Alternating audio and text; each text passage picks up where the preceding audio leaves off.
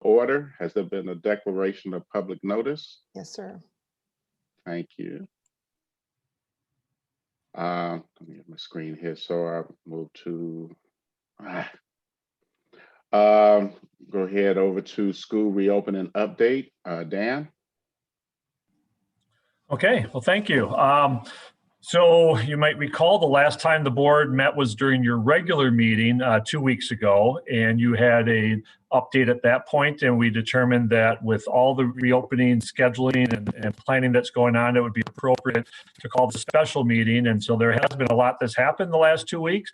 We've got our entire admin team with us this evening, and so we want to be able to report out at all the school levels and answer any questions board members have. Of course, the primary purpose tonight is for you to get details about the 6-12 reopening planning.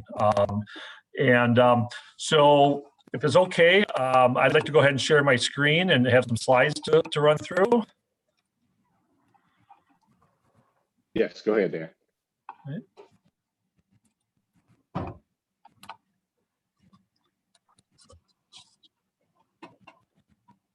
Okay. All right, and so I'm going to talk very little tonight. We're going to let the principals do most of the talking, but again, like I said, we have the whole team here that we can answer any questions you have. So tonight, what I'd like to start with is give a short update on where we're at with the vaccine, and then break up our presentation into 3 groups. Of course, the 4K2 opened up on Monday. 3-5 is set to open up on February 8th, and then 6-12 March 15th. And so we'd like to break it into those 3 categories. And then we also like to give an update on how our athletics and activities are going this evening. I will say that we would like to make a slight adjustment in the order in that Mr. Schreiner does have a meeting with his coaches coming up at 6 o'clock. And so we'd like to move him up after the elementary piece before we get into the 6-12, which is a major portion of tonight's presentation. So with regard to the vaccine, okay, board members, I shared some information with you previously, what we knew at the time. So this is just kind of a reminder that we did get an announcement just yesterday, okay, that DHH, which is the Department of Health Services, that's a statewide department, did confirm that all school staff will be part of the priority in Tier 1B. So as a reminder, we are currently in Tier 1A. That's all our healthcare professionals around the state. And for the school, that's a limited number of staff members, but it's our healthcare professional or nurses, those that help provide support, to the health room, as well as some special ed teachers and special education assistants that are eligible. I will say, at this point, all of our Tier 1A eligible employees have received at least their first dose of the vaccine, and they're scheduled for their second.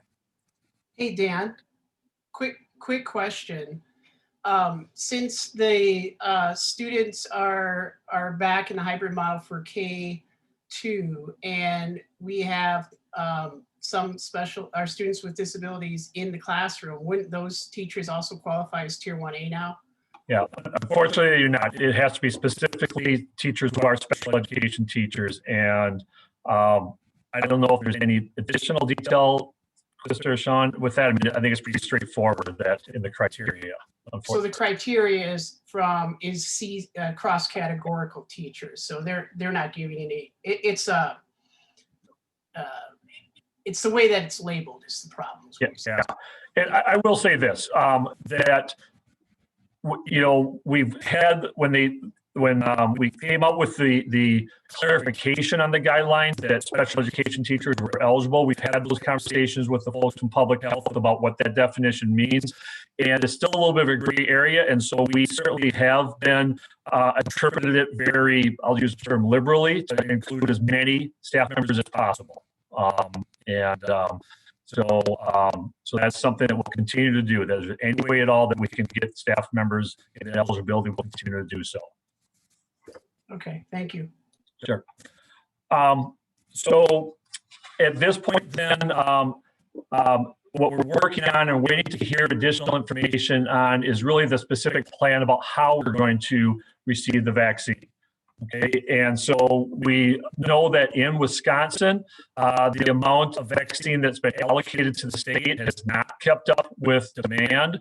DHS, as a state agency, determines on a weekly basis how it's distributed through the various counties in the state and other healthcare providers who are providing the vaccine. And so that's something that, again, we're hoping that will pick up in the future. So how does that impact us directly here in Monona Grove? How do we get the vaccine to our employees? And so we have several different ways of doing that. Right now in the Tier 1A, because in particular in Dane County, that there are so many, a large number of healthcare employees that every healthcare provider is getting, vaccinations for their employees, the hospitals and clinics and so on. And then public health department as a separate entity for anyone else that's not able to work through their providers. So thus far, we've used SSM, or Dean. We've used UW and also, directly through public health and whomever we have available first. And so we're in direct contact with those providers. So moving ahead to 1B for the rest of our employees will be whoever has the vaccine available for us first. We'll get that sent to our information employees and get them vaccinated. What we don't know is whether it will be given to us in, in increments, or whether we'll have it available for all employees at the same time. I will say that if it's available for all employees at the same time, I will be absolutely recommending that we would cancel school for that day to get everyone, vaccinated, if that's what it would take. If we have to do it in increments, we certainly will prioritize the teachers that are in person first and go from there. So that's, I guess the other piece I'll just add briefly, is there's been a lot of concern about why teachers are in the tier that they're at. So in one respect, we're happy that teachers have been given a priority in 1B and the highest priority in 1B. There's some that argue that we should have been part of 1A. That's been a decision made by the state, by DHS. And I think you're also, in the media, you're aware that there have been some teachers that should be in the 1B category that have been vaccinated in other school districts, and that's been specifically in Rock County. This afternoon, I had an opportunity, we had a statewide meeting with all the superintendents, and Governor Evers joined us and spoke about it directly, about exactly what happened and laid out, which we kind of knew, that essentially there was a healthcare provider that did not follow the rules, that said we're going to provide it to schools. Governor Evers became aware of it, and at that point he gave the go-ahead for them to finish. He felt that at that point the planning was too far along, but DHS has been very clear moving forward that will not happen, anywhere else. That they have to. We have a lot of people throughout the state that are in Tier 1A that still have not received their vaccines, and that is still the priority statewide. So I'll stop there and pause and see if there's any additional questions you have about the vaccination process.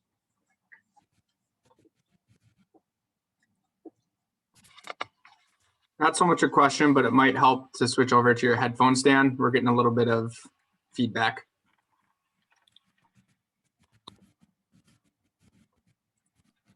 Thanks. I thought that was my computer. I've been trying to mess with it.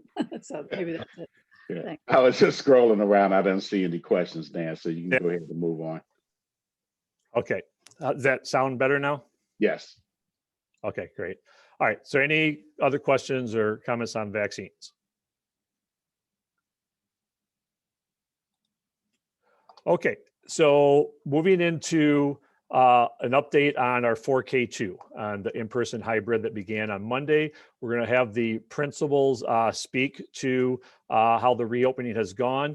And before we turn it over to the principals, I just want to make one comment.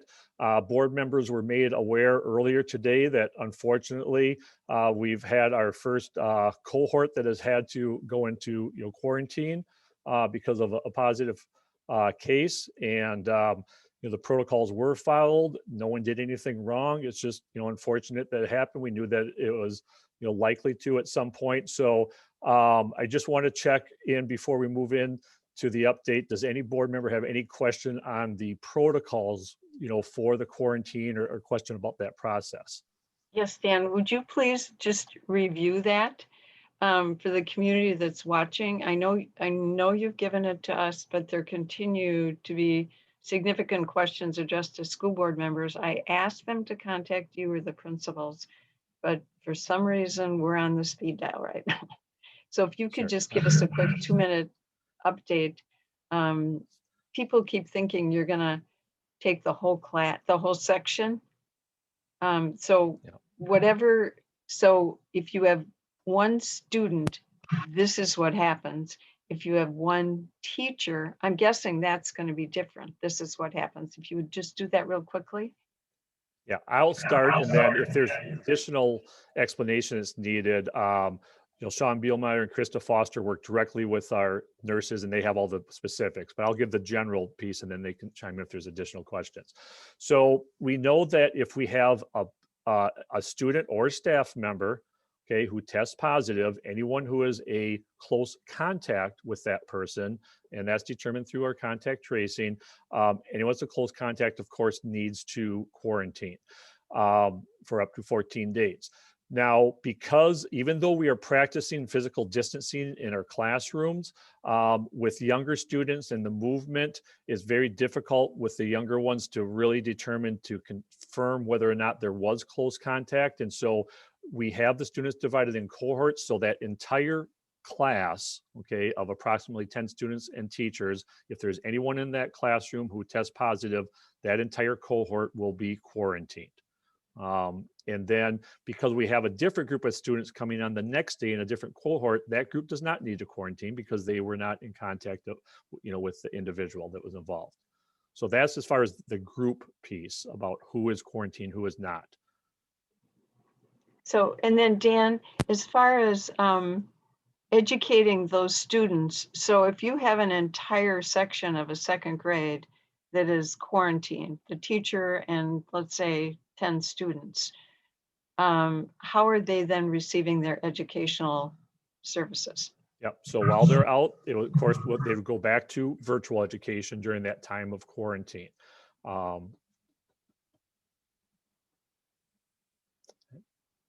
So, and I guess I can even add to that. And then the other cohort who is not quarantined, that is in person, okay, we will have a substitute teacher, or and depending on the availability of the teacher who is quarantined, if they can be delivering that instruction virtually, they would work with that substitute to provide the in-person instruction as well, with the teacher, being working remotely and the in-house substitute. So there really would be 2 adults with it. Okay, so Dan, possible.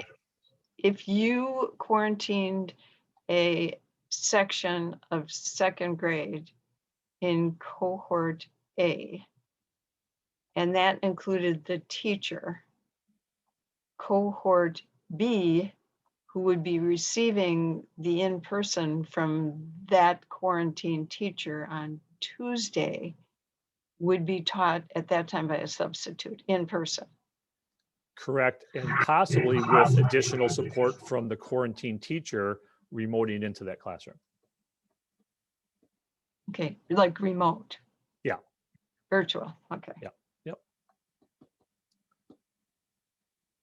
Okay, I'm going to pause and just make sure that, Sean, Krista, did I say anything that maybe was incorrect or needs clarifying? No, I think you covered it. I mean, I think people maybe saw the study that was shared yesterday that quarantining is a pretty high level factor in the schools that have been able to stay open. So, Dan explained kind of the rationale there, but it's unfortunate it happened day one, but at least we were ready with a plan.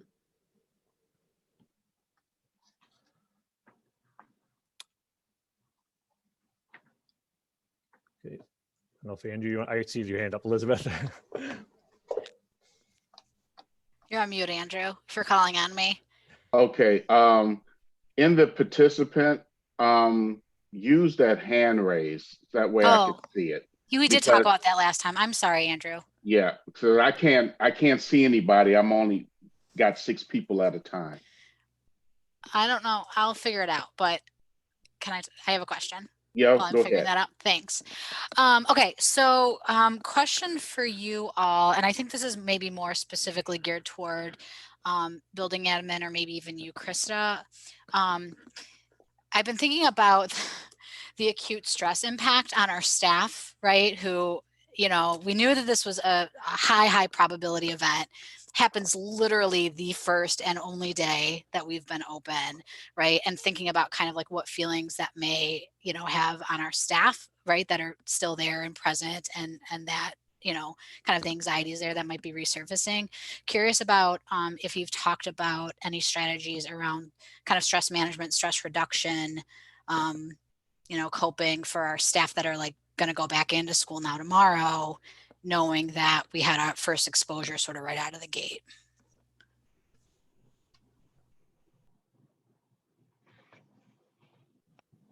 I can't see either. I'm wondering if Angie might want to weigh in on that a little bit as well. I do, and I'll just say, I do think part of it is, unfortunately, you know, I think we knew we were going to learn from the 4K2. I think the kind of the swift impromptu response and, you know, the hope is that there's no spread because of like how it was handled. So I think unfortunately some of it has to play out a little bit. And I don't know if there's much talking about it that will alleviate stress and anxiety at this point, but I'll definitely, like I said, I can't see her either, but let Angie speak to that a little bit as well about conversations they had at the building level. Yeah. So today is a planning day and a deep cleaning day, so there wasn't as many staff in the building. I do think that, you know, we'll talk a little bit about how the first day went, but I think after that first day and kind of seeing all of the planning and procedures that played out in the building, like people felt more comfortable. Obviously this is gonna, you know, raise the levels, right? So it is a roller coaster of like, okay, we're doing good, okay, yep, we had a case, but we did have a plan in place. I think acknowledging like, yep, this is stressful, and we have to now go back and revisit. Again, after that first day, we're revisiting like, this didn't work so well, and we need to shore up this piece. And they're little things, but this will be an opportunity too to like revisit, like, yep, this is why we have X, Y, and Z in place. And even though some of those are maybe easier to put to the wayside, we have to be diligent about these things. So acknowledging the stress, and then going back to our plans in place to help, you know, keep moving forward. Thanks, Angie.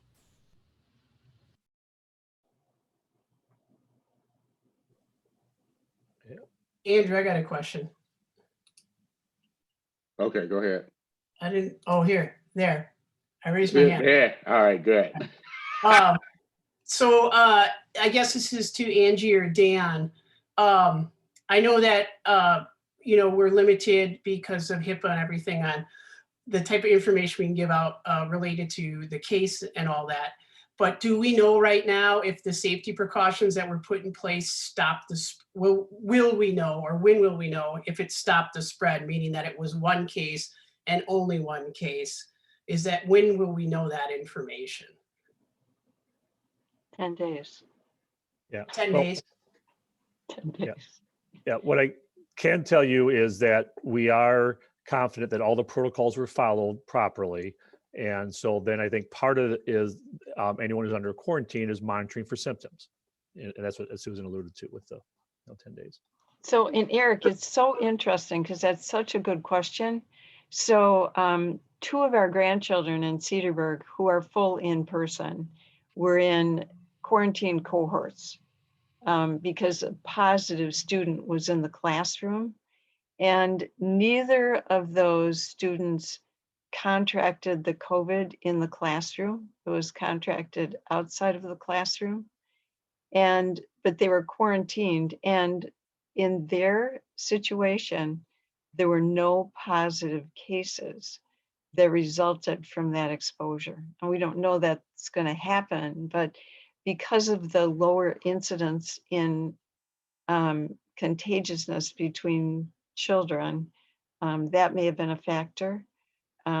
We also had 2 grandchildren in Iowa City with a very similar situation, and there were no other positive cases in the classroom. What we did have to watch, and I was going to ask Dan if you're watching this, the sibling of the child who tested positive in 2nd grade tested positive 2 days later. So then that quarantined a second cohort. So it might be, and Angie, I don't know if that's part of your plan, but it might be wise to make sure that the siblings who are in school, who might be in school right now, are also being tested. Well, and I can address that. So anytime we have, if we were to have a student that tests positive, their family would be considered close contacts. And that would be part of the work that our nurses do when they do the contact tracing and speak to the parents, that would result in an automatic quarantine as well, for those individuals. So if you came up with a student, a sibling, let's say you had a kindergarten student that tested positive and a sibling in second grade that 2 days later tests positive, would you respond similarly in closing down that section? Well, if the first sibling tested positive, the second sibling would not be in school. They would be quarantined as well. So then as far as okay, then their classroom, it would all depend on the timing. And that's what the nurses would go through when they showed symptoms, when the positive case were. So yeah, I get your question now. So you're also quarantining, and I don't think that was clear. You're also quarantining anybody else with close contact, not necessarily people you have control over, but that would be the family. Correct. And so if there were a sibling, so the kindergartner tests positive, they have a second grade sibling, they haven't tested positive yet, they would also be quarantined for 2 weeks out of school. Yeah. Okay. Is that through the school or through public health? I think it could be either or. If it's okay, and I think these are great questions. I think that it kind of leads right into, I think, what some of our principals would like to talk about with the reopening. So if we could perhaps just move on and continue the conversation about the first 2 days. And I'm going to first of all thank Andrew McKinney for providing the photographs. We were planning on getting out on Tuesday to take some photographs of our own, and of course, weather hit and we weren't able to do that. So thank you for sharing those. And with that, I'm not sure who's going to go first, but we'll turn it over to our elementary principals to talk about 4K2. Well, I think since the first picture shows Cottage Grove School, I think it's fitting that I go first. Good afternoon, everyone. It's Danielle Wright. And let me start by saying, for me, this was by far the best day since I've been in Monona Grove. Being a principal and being separate from kids feels like a really different job. And so it brought much joy to see all their smiling faces through their mask. You can see their eyes. It was pretty awesome to see how excited the kiddos were. And to be very frank with you, I shared with Dan after I was prepared for the worst. So I had a whole bunch of tissue stuff in my pocket because I thought it was going to be a lot of tears and anxiety, but it seemed like kids are just ready to roll. So the start of our day, we were honored to have Eric with us in the beginning. And I actually appreciated that whole process because we have some things with our systems that we ended up talking about after when dismissal occurred to tighten things up and then to change some of our things for arrival. But overall, we got all of our kiddos who signed up for hybrid cohort A. They arrived promptly on time. Our buses arrived in good time as well. We had a part of the gym that was centered off with both the cohort t-shirts with pods on the floor that were 6 feet apart. So students could come in if they were cold to sit down and wait. And so how we structured our morning was that our hybrid teachers had 2 morning meetings. And so their virtual students, they held a meeting right away at 8 o'clock from 8 to 8:15. And then we allowed our cohort students to come in the building and then start their morning meeting from 8:15 onwards. And so it was a lot of communication and planning that took place. Thanks to Reed, he lifted a lot of the taping you can see on the floor, the directional arrows. And it was really a group effort. And so this is my first time seeing the second grade team come together in a different way. And it was really awesome to see like how the virtual teachers were like, hey, how can I help? What do you need me to do? How can I support you? And days prior to our opening, it was just like magic. I can't explain it. I wish you were there to actually experience it, but it was like all hands on deck. Everyone from clerical to admin to teachers, virtual, hybrid, together they were planning, preparing, creating the boxes that we have for each individual students, making sure labels were accurate, double checking things. One of our teachers had this awesome idea. We allowed them to do a visit in a different district to get some ideas for hybrid. And they brought some really cool things back. And so one of the things that they shared with me they wanted to implement was a old and new box for pencils. And so when students would use the pencils, they have a dirty box and then a new box, right? And so just like those little details that I just don't think about because I'm so concerned about the operational side of things, it was so awesome to see it all come together. So all of our planning, all of our conversations, and then to see it come to light was really awesome. Some things that we can improve upon are just arrival times. We have some students who have special needs that arrive by a different bus in the morning. And so we needed to figure out how we can get those routines that are already established prior to our opening, just a smoother transition so students aren't dysregulated. And as far as the day went by, I checked in on our kiddos throughout the day, popped into classes. Mr. Foster and I did it together. And just to see how like engaged from day one, our kiddos were just like ready to learn, which is really awesome to see. They all kept their mask on. I was afraid of the pulling down or eating or taken off completely, but our second graders were super responsible and they understood and they followed protocols. They followed hand washing requirements and protocols. They listened to their teacher. They stayed 6 feet as best as we could, 6 feet apart. And they were like really aware of their space, but also they had like awesome conversations. So it was just really good to see. And overall, I think that at Cottage Grove School, our first day for cohort A, and I know cohort B is super anxious to have their first day, and I can anticipate that it will go just as well. But overall, it was really a fantastic day, and I'm super excited to welcome cohort B and continue all the process and progress that we have done so far.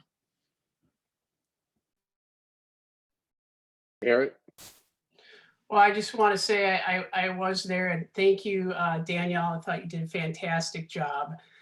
Especially really enjoyed seeing your enthusiasm and excitement. And all the students were seemed very excited to be back. And I want to give a special thank you for our staff and teachers too, because I know it was a brave first step, but I hope that seeing the reaction from the students made it all worthwhile. So really appreciate all the work everybody put into it. Yeah, same here. I think I won't add too much to Eric.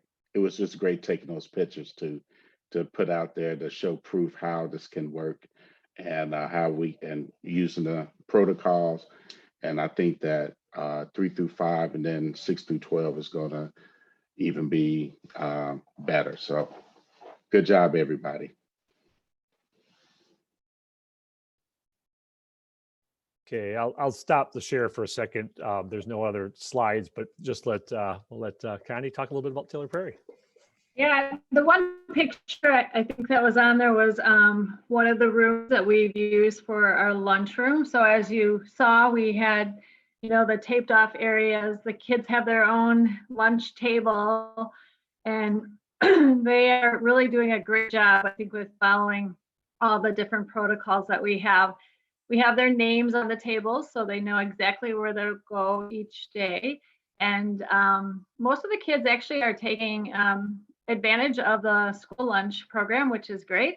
So we have many kids getting lunch from school.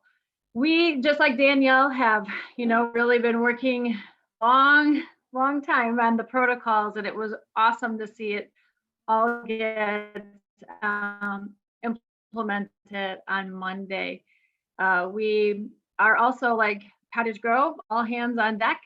We had certain staff meeting kids out front, having them come in, other staff reminding them to do the hand sanitizer, helping them down the halls and finding their classrooms. And then once they are down in the room, the teachers are taking over and morning breakfast starts. And so the kids are really learning so many new routines throughout their day. At the end of the day, again, it's all hands on deck. We are using our cafeteria. We have 40 spots on the floor, 6 feet apart, where kids are waiting, and we're radioing when their car comes so that they can walk out. Lunch and recess, kind of that mid part of the day, are certainly a great time to work on a lot of different protocols as far as entering into the lunchroom, a lot of hand washing. And it's really kind of a nice time. We're really taking advantage of the small group of kids, especially during that lunch period, where you can really work on various skills and building that sense of community. One of the classrooms, I know when I walked by, they were learning about each other's families, and I think teachers, the educational assistants who are in there will probably read stories to them and just have it more of an intimate type of a learning time for kids. I'm very proud of the staff at Taylor Prairie. They've worked really hard, and they were so excited. I told Andrew, one of the teachers said, "This is the best day ever," and she's just kind of hearing down the hall that she was so excited to actually have kids again in her classroom. So that was kind of fun to see. We, have, I think, some little tweaks to do as far as maybe having different people at different places, like our custodians, as far as like helping in the lunchrooms to clean up. It's just a few minutes of timing that we need to work out, but overall, I'd say it went really well. And like Danielle, the best part is really seeing the smiles in the eyes of the kids being back at school. We probably one thing we need to continue to work on is maybe airplane arms with kids, so that they understand, like, if your arm is touching somebody else's, then you're closer than you need to be. But one day, and we'll take each day one day at a time, but overall they did an awesome job, and we look forward to seeing cohort B on Friday and definitely cohort A again tomorrow. Yeah. Thanks, Connie. It was nice to be there, and a couple of staff members have reached out and says they had a wonderful time. They were scared, but then the ease of just being there and getting things, acclimated and stuff. So unfortunately, I couldn't make it out to Winnequa. Had other things, but I will go ahead and let Angie talk now. Yeah, thanks. Our experience was very similar to Cottage Grove and Taylor Prairie. Our arrival, it was just awesome seeing the kids arrive with their smiling eyes behind masks right away in the morning. I think both arrival and dismissal went very smoothly. We had name tags so that we knew where those little kids were going right to start the morning, and got them all to their same place. Dan joined us for our arrival and watched all those little ones march in the door. And I think, we had so much planning, and the teachers did so much preparation to make all of these procedures. And, like the other principals have, just cannot say enough about the hard work that went into this from our staff to really make this successful. We are in the cafeteria at Winnequa and have a seating chart for all of the students. So again, all hands on deck. It was getting them to their assigned spots. And they did so well with it. Still conversation, much quieter of 30 kids in the cafeteria versus the 200 that we usually have in there. Everybody who walked in was like, "It's so quiet," which is not the norm for an elementary cafeteria for sure. But that piece went very smoothly. Again, lots of kids utilizing the school lunches at Winnequa as well, which is awesome to see. I think there was lots of comments from staff around how well the kids did with their masks all day. And, you know, it was for young kids all day with a mask with only that recess break. They did a really nice job with that. We too have some small adjustments to make of the in and out locations for recess and lunch. Looking at that morning hand sanitizer congestion when they come in with their gloves on and then look at you like, what do I do with these? So we have to make some of those adjustments, but those are little things in the grand scheme of things. So I think lots of comments from staff too of like, it felt so good to have them in the building. We, you know, it was a really good day. And yeah, like I said, just huge shout out to staff. It has been a lot of an emotional roller coaster, right? Getting ready of like the excitement of welcoming them in the building paired with the anxiety of like, what's this going to look like? And so I think that will continue to be our journey as we move forward too, but they have handled it with grace and just unbelievable hard work. So a very successful first day, I would say. All right. Lorraine? Yes, well, I want to say these stories warm my heart. This is so wonderful to hear. Oh, that the kids had a great first day of school. Just wanted to ask, virtual learning did happen also at the same time for all of you, right? Were there any hangups at all with the virtual and in person at the same time? Yeah, that's actually, I'll take that one. We had anticipated maybe, because the first day of virtual on September 1st was lots of phone calls of tech support. And I would say it went very smooth this time around. We had a few phone calls, but nothing, and they all got on with their classes and started the meets too. So that piece went very smooth as well.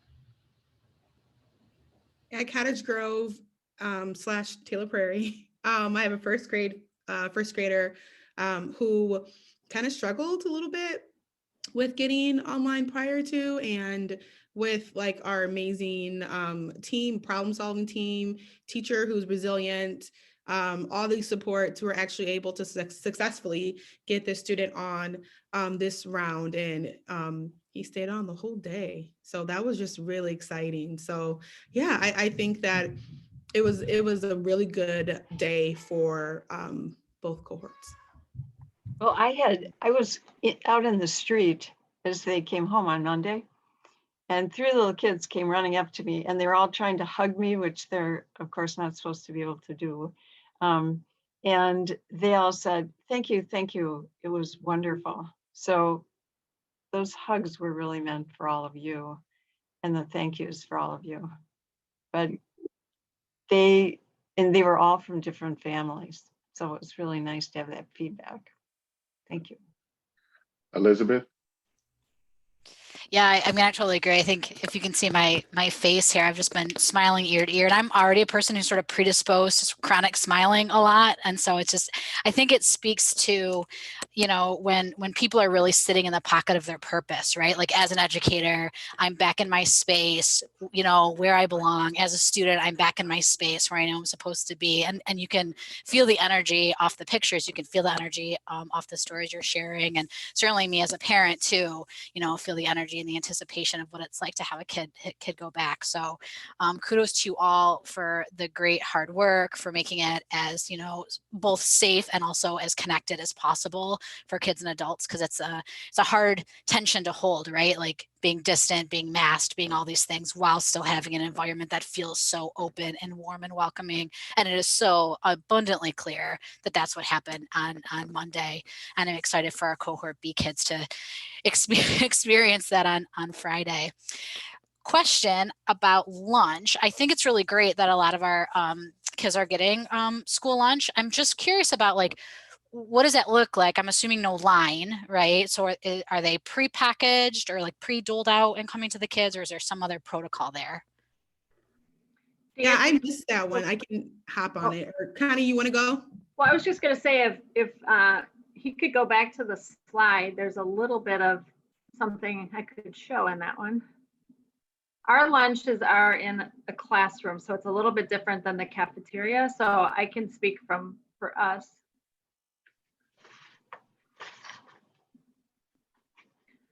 So if you see in the middle there, there's a cart. And in that cart would actually have, there are trays and then some coolers. So inside were pre-wrapped, it was hot dogs. So we had hot dogs, and then in a bag were some fries. And so then they were placed on the students' trays. And then there's milk also in one of the coolers. So everything is like prepackaged. Ketchup was in its own little container. Nothing really too hard for kids to open. And then they were able to eat fairly quickly. So our students sit down, the trays are put by them, and then they kind of come around like with food on a cart, and then give it to the children. So that's how for Taylor Prairie it works. It's probably a little different at the other two schools. Thanks for showing that, Dan. Angie or Danielle? Yeah, I can go. So while we are, they are going through the lunch line. We have put the feet 6 feet apart, so they are socially distanced in their line, waiting for lunch all the way up there.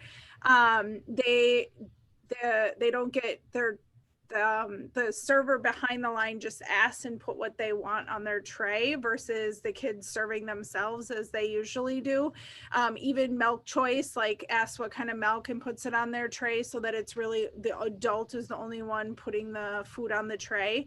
And then the kids walk to their designated spot in the cafeteria. So we are using just a socially distanced lunch line in our cafeteria.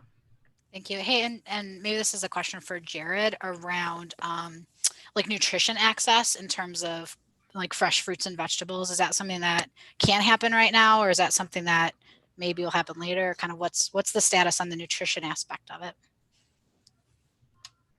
You're on mute, Jared. So we are still, thanks, Elizabeth. So we are still providing fresh fruit and vegetables. Some of it looks a little differently, so they come prepackaged, not necessarily the way we would like to do it in our normal school year. So for example, if you are participating in a lunch program, our carrots come prepackaged. We have to make sure there's a minimum amount to meet the standard. Before it was free choice. So we can't do that because of the free serving, the students serving themselves, plus ensuring that the kids that are home are getting it. And then just something too, if you haven't taken a look, so we are providing meals virtually and for the students that are in person. And what we do is if you are a student that is in person, you obviously get your free lunches and breakfast at school. And then the other 3 days you get it. So we are delivering only on Wednesdays, but families choose based on the number of students and what their instructional model looks like, if they get 3 days of meals or 5 days of meals, and they're all delivered. So today was our first Wednesday. We've actually been pretty fortunate when we look at snowstorms. So typically we would have been delivering on Tuesday, and this week was a Wednesday, so we missed that one, which I do appreciate. And then obviously we do have two different menus that we offer. So we have a menu that is for families that are having their kids go back to school. So like on Monday and Tuesday, we prepare the same meal because they're different cohorts of kids. And we are trying to focus on that hot meal option, and where kids that are getting meals that are delivered, we do have the hot meal option, but they have to prepare it at home. But it also, there is some shelf life to that. So we do try to mix it up and do like the PB&J at home, because we cannot have that at school, which obviously is a big winner for students, but obviously we want to respect that. And then so just being able to provide those different options. And so we do have those listed out on our website for different menu options. Great. Thank you, Jared.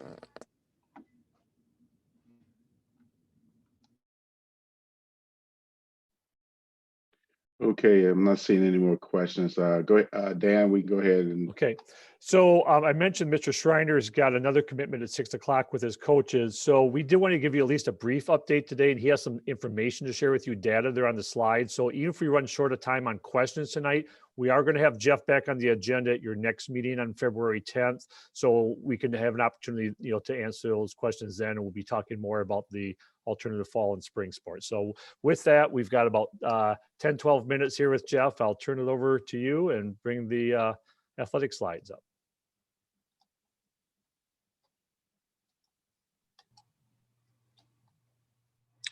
Okay, thanks, Dan. What I wanted to do tonight is just to provide a look through the lens of what we got going with our winter sports, and then also a lens on what's coming yet this year in our fall and spring seasons.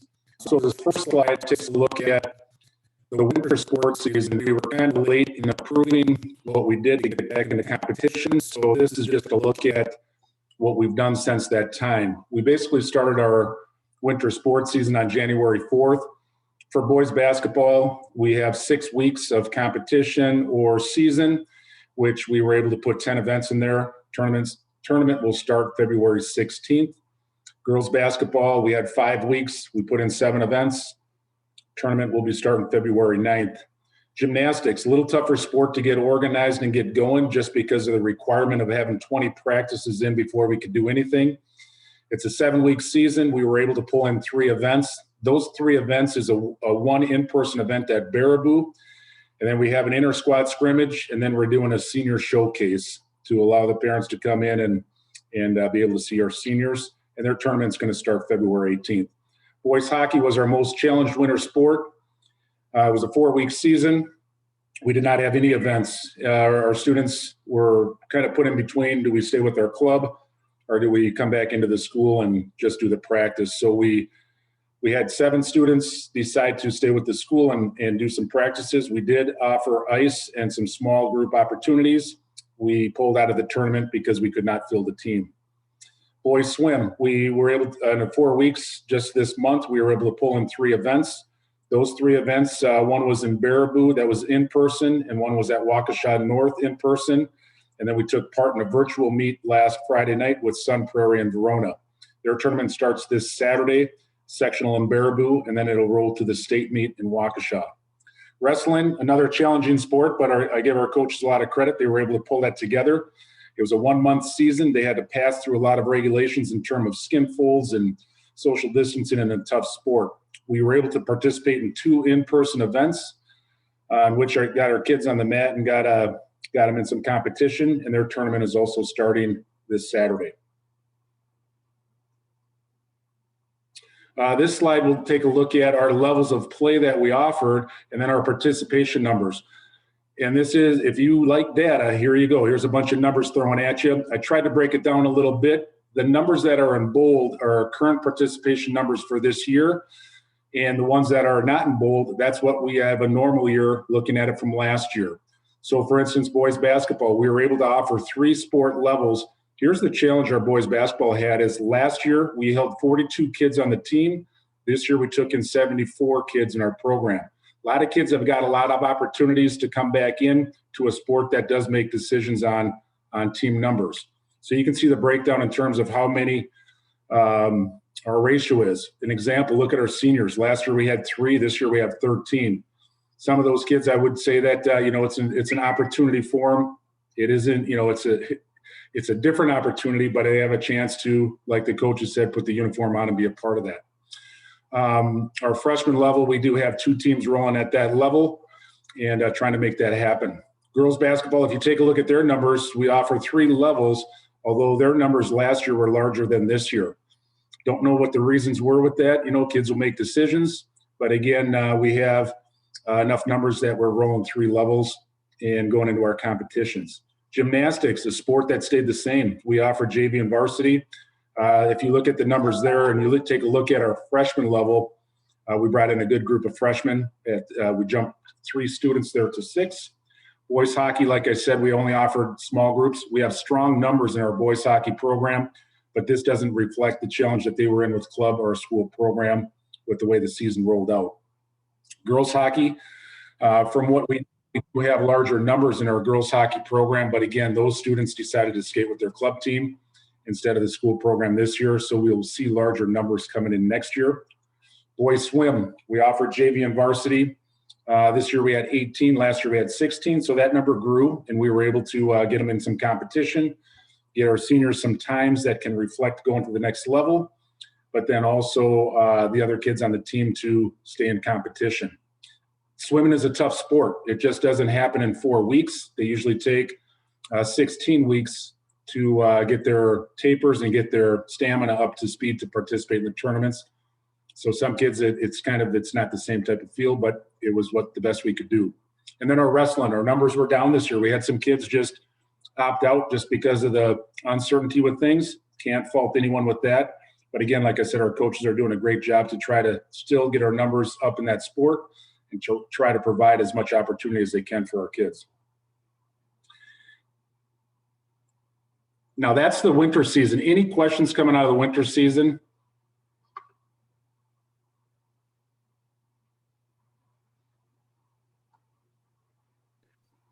Don't see none, Jeff. Go ahead. Okay.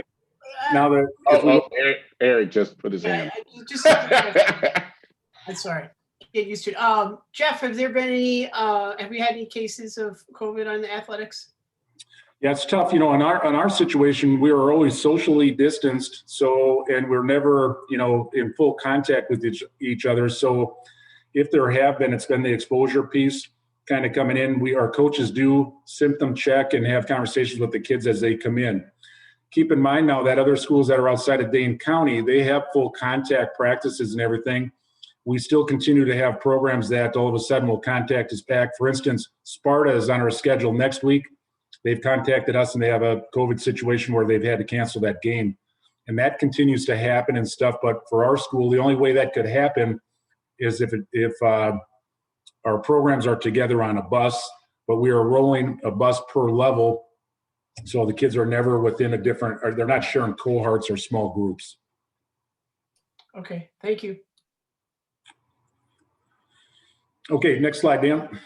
If we get into this, you can click on the link there and it'll open up the sports start dates for us. Where we're at right now is we have an alternative fall season and a spring season coming at us. This is a snapshot of what the fall season will look like.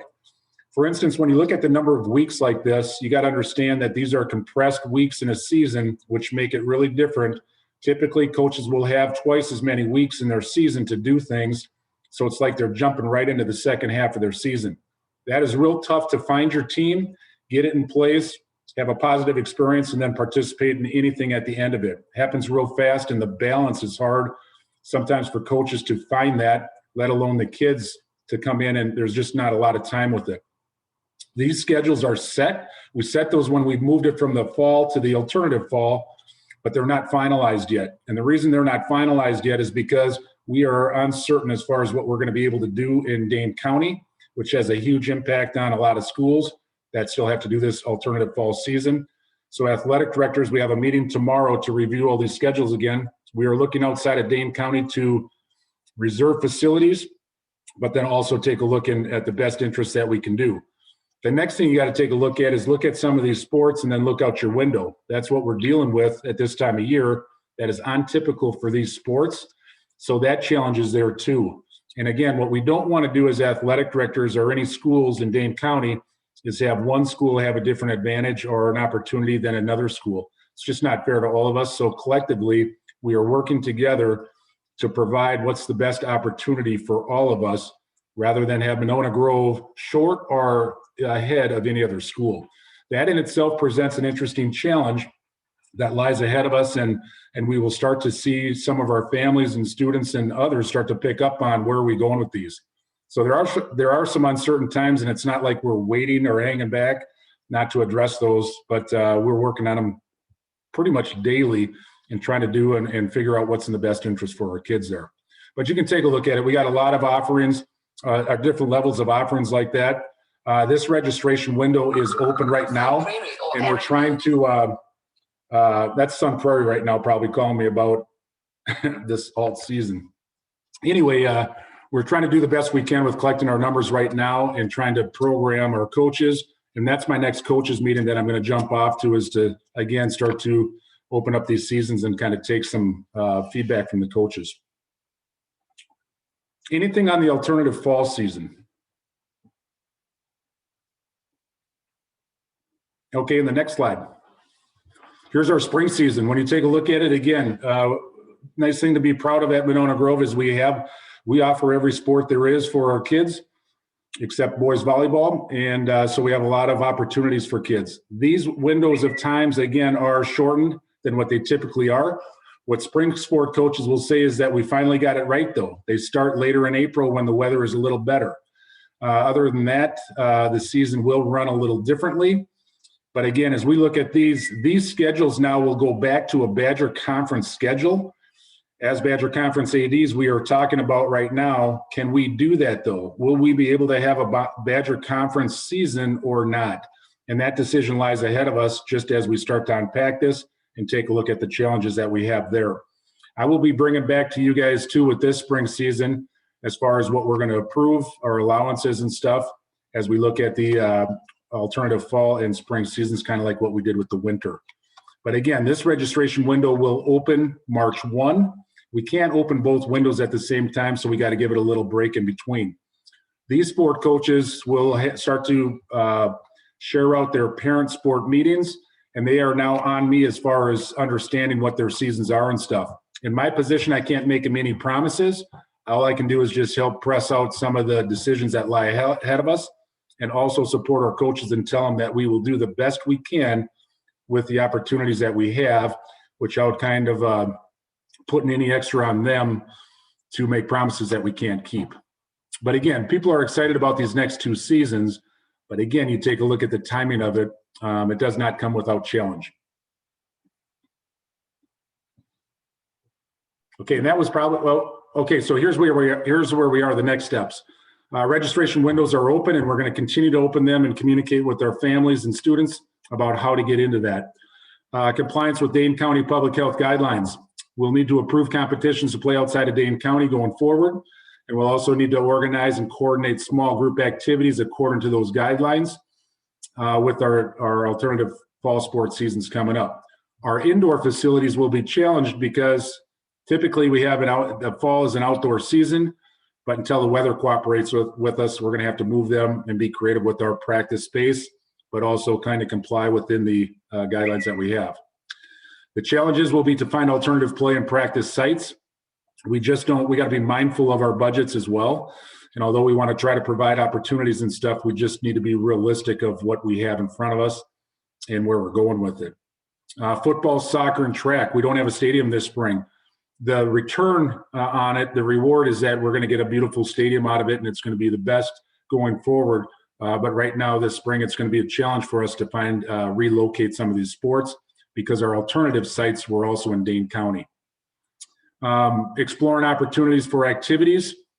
Here's where we switch from the athletics to activities. Right now, what we're doing is we're exploring the opportunities and what we can allow for our advisors to bring students back. But we also have to be mindful that we're also bringing students back. So our routes of in and out of the building and areas in the building, how we use those, we just can't activate extras until we really know the layout and how it's going to flow with our students returning to classrooms and stuff.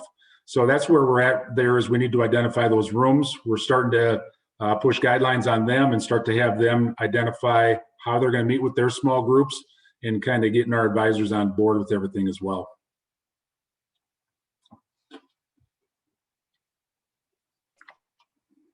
All right. Was there any questions for Jeff? I just had a quick question for you, Jeff. I know you got to go. Okay. I'm just curious, looking at the schedule, since there's overlapping times in the condensed fall schedule and the spring schedule, what happens with students that are student athletes in multiple seasons? So if I played a fall sport and then traditionally play a spring sport, would they be eligible to play two, or do they have to choose? Yeah, that's a good question. Typically, normally, the Badger Conference would not allow a student athlete to participate in two sports seasons at the same time. They'd have to pick and choose. This year, that requirement is off there. A student could get 4 sports seasons in if they wanted to. We got some kids that are excited about that, might take advantage of that. So we are honoring that. What we did in cross country is we had a 2-week overlap season from cross country to track. We met as athletic directors and just said, let's eliminate that overlap, because it's going to cause a lot of problems with students making decisions, but also coaches that are in cross country and track. So by eliminating that 2-week overlap, it really creates a positive feel for coaches and kids, and we'll just transition into that. So we're going to allow kids to do that, but we're going to have conversations coach to coach and not have that be a barrier or a discomfort for anybody involved. Great, thank you. Jeff, could you give us an update on pool access other than for the sports? Remember I think didn't you used to do community lessons and activities and things?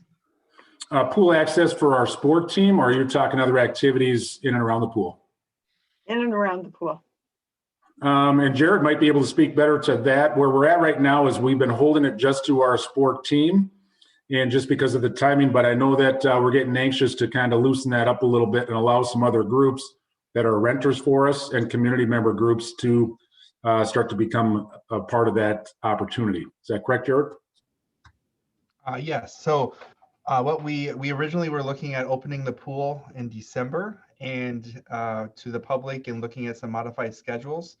And then as we brought back our high school teams, we wanted to make sure that our teams and coaches felt safe and that the system was established, that there wasn't outside groups coming in to cross-contaminate.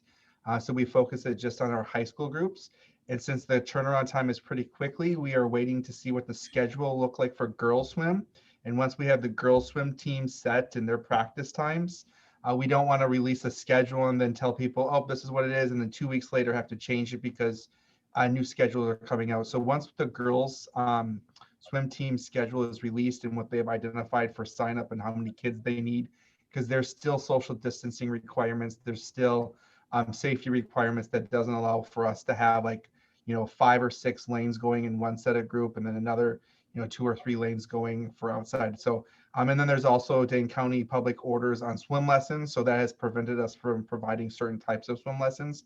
But I would imagine that we would hear, shortly here in the next couple of weeks with our girls swim team, and then be able to roll out of opening up open swim in the mornings like we've done in the past and work around our girls swim team, and then start opening it up to obviously the boys swim team will be done, which then the club sports will then start picking up with that, and then having the ability to rent out to groups in the evenings. I know Jeff's got to go. So thank you, Jeff. And remember, other board members, we will be back in 2 weeks. We'll have them on the agenda again to talk about those upcoming sports. So if you have other questions you need to get an opportunity to ask now, we can either get them then, or otherwise shoot me an email or contact, and we'll make sure we get your questions answered about anything with regard to what Jeff presented tonight. So yeah, and I'll just leave it with this is I would encourage you, just reach out to me if you have any questions. I'm in front of all of this going forward, and I can answer those questions just like any other athletic director can, but I'm here for a resource for our district, so feel free to contact me. Thanks. Right. Thanks, Jeff. okay, so you've heard about some of the things that are in operation, the 4K2, the athletics. Now we'd like to shift back to planning. And next up is our grades 3-5, are a short time away. So I'm going to pull back our screen here again. And I've got a couple things that I'll share out, and then we'll again turn it over to our principals. Just FYI with regard to communications, that in these last 2 weeks, this week, families were notified of their cohort and teacher assignments, notified today health room information, and then next week you see the additional information that will be going out to families. And again, you receive this information with the 4K2. A lot of it is very similar, but appropriate now for the grade 3-5. And are you going to also copy that to the board? The parent letter. Sometimes we're very good about it and sometimes we aren't. Can we just make sure we see the copy? Sure. Okay. Enrollment. And I also shared with the board the more detailed, by building and by grade level and so on. But for our 3-5 enrollment, with our family choice, about 47% of our students chose to go into the hybrid model, and about 53% to remain with the virtual. Broken down as far as number of class sections then at Winnequa, you see that we'll have 2 hybrid sections in person at each of the grade levels. And then you see what we have for the virtual. very similar to what we had for the 4K2. And then at Cottage Grove and Glacial Drumlin, our third, fourth, and fifth grade, you see 4 hybrid, 3 virtual, 3 and 3, 4 and 3. So that's the data that we have. Oops. Dan, could you just mention, as you put that slide up, for the fifth graders at, okay, so the fifth graders at Glacial Drumlin, what's the breakout for that? So there are 7 sections. So 4 will be hybrid, 3 will be virtual. Okay, and then if there's an issue, what parents are asking about, and teachers as well, if there's a specific issue, is there a specific person who's assigned to kind of help in this transition time? So if there's an immediate concern or immediate issue, who would this person, so if it's a teacher, who would they contact? If it's a parent, who would they contact? For 5th grade? Yes. Sure, Chris Langer is the principal of Glacial Drumlin, so Chris will be the contact person.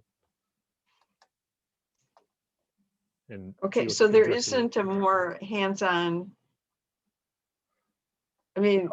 Yeah, I mean, okay. it's as always. I'm sorry, Susan. I'm not sure I understand the question. I mean, if I think I got a question from a teacher who had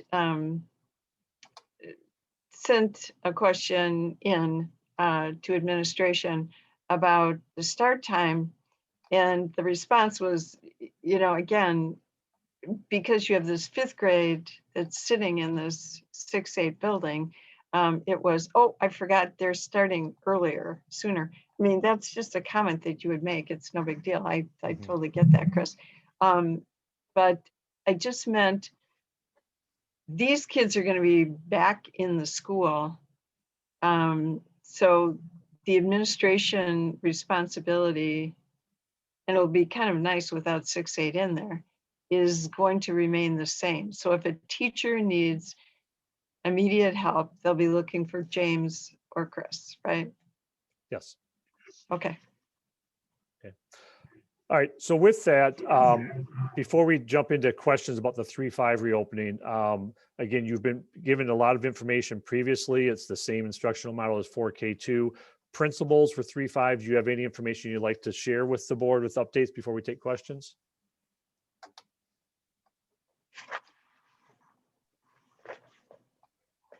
Sure. I'll just say that, just to repeat, the teachers are doing an incredible job.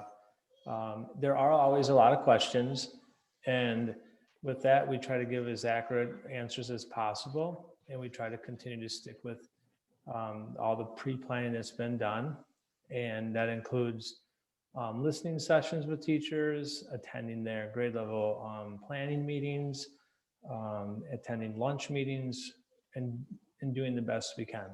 I will say one thing that everyone should be aware: when you've planned for K2 and you have 2nd grade in your building, just being in the building, 3rd and 4th grade, maybe heard more or had more information ahead of time than 5th grade, who's at a current middle school. The beautiful thing is, in half a year, that's not going to be a problem, because 5th grade is going to be in an elementary school with 3rd and 4th grade, and we're all excited about that. But that's part of some of the maybe not having every answer as quickly, or having every answer up to the first request. I would say that the 5th grade staff, both Chris, myself, and James have been working with them specifically. They are doing a great job preparing. They come up with some really valid questions, and we answer those questions the best that we can at that moment. And I think, just like all of us, there's some anxiety, even though I was able to see the 2nd graders and all the stories we heard. Friday before that Monday, there was still a lot of anxiety, and there was just some feelings of like, how's this going to go, and how's this going to feel, and all of us, before we do it, think of school the way school was before we shut down last March, and that's bustling, and that's a lot of people, and what have you, and no one's experienced it with the parameters we've put in. And I keep telling teachers, it's, you know, we're first your safety, the student safety, and then you'll get into some of your rhythms, and you're talented and your heart as a teacher, and we're here to support you and answer your questions. But I mean, it's part of the anxiety that drives it too. And we want to honor that from all of our staff. But I think our planning is following the same lineup as we did for K2. And they'll be, like I said a couple of meetings ago, they'll be ready. I think it's just a matter of, it's getting closer and closer to, and people are starting to get a little more antsy about it. So our families have been communicated, who their teacher and what cohort they're in, and staff have their class lists. We were able to work with staff on making some placement decisions that we could support students the best possible. And, you know, we're excited to up our daily total at Cottage Grove School from 20 to 90. That's a far cry from the 420, 440 that's normally there. But like Danielle had mentioned earlier, it's given us a little bit of a chance to run some of our systems and then be able to tweak those as we add more kids to school. And I think that's true for GDS too. Like when 5th grade brings back 4 sections, 40 students, they're going to start to get a lot of their systems tweaked and worked out and see them in practice. And that'll help them when they end up bringing 6 through 8 back as well. So that's just a few things I feel like are important to know about our planning for 3-5.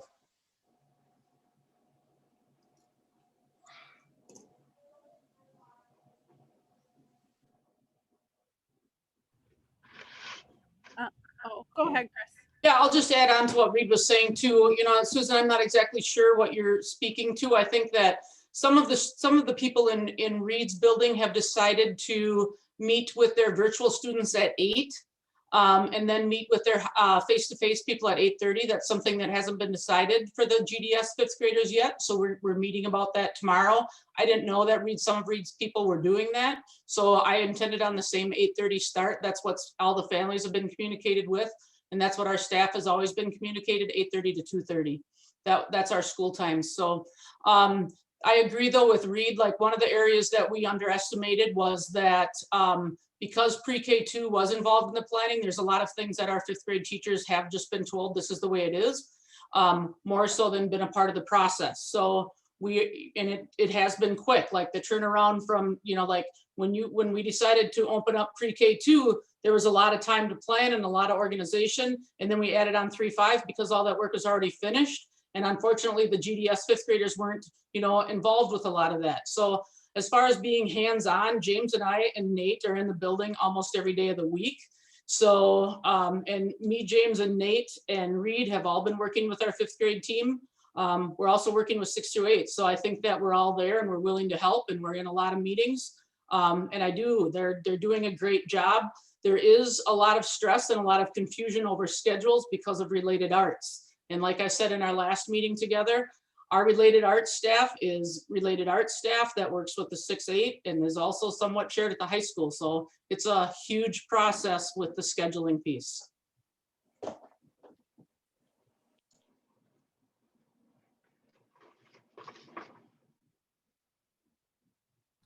All right, Angie? Yeah, thanks, Andrew. So I will echo a lot of what Reed. This is good going last. So thank you. Similar things. I mean, I think we had 4K through 2. I appreciate all of us in one building, especially in times like this, because that collaboration is strong and the sharing of ideas. Our coordinator meetings have been places where we check in about 4K through 2, but 3 through 5 has been hearing. And so there has been some advantages for our 3 through 5 staff for sure in that preparation. We are meeting on a weekly basis, just checking in with them, answering questions, working through some of, like we had talked about, that planning and preparation is huge for making that first day successful. And so they're going through that process of prepping their classrooms, getting the floors taped, making sure that everything in their classroom is set up for that first day. communication, they are going to start receiving a lot in the next couple weeks around all of those health and safety and the building procedures and all of that. So they have a lot to look forward to. The hybrid families have a lot to look forward to in terms of really reading through all the details of what this is going to look like when they return. So the staff, I will say, for 4K through 2 were very appreciative of the 3 days that they had to plan and prepare. Really got a lot of positive feedback about how necessary those days were for connecting with their new families. And I know 3 through 5 is also really looking forward to that transition time and time with each other to learn about their new students, time with their families. So I know, you know, that they would want me to pass along that appreciation for those days, as it was really needed to get ready for a successful first day as well. So I think 3 through 5 is well set for opening on February 8th.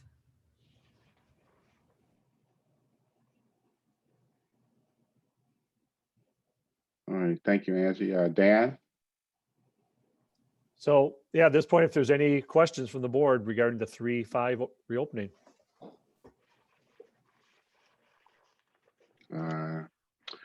Just looking around, I don't see any hands. All right.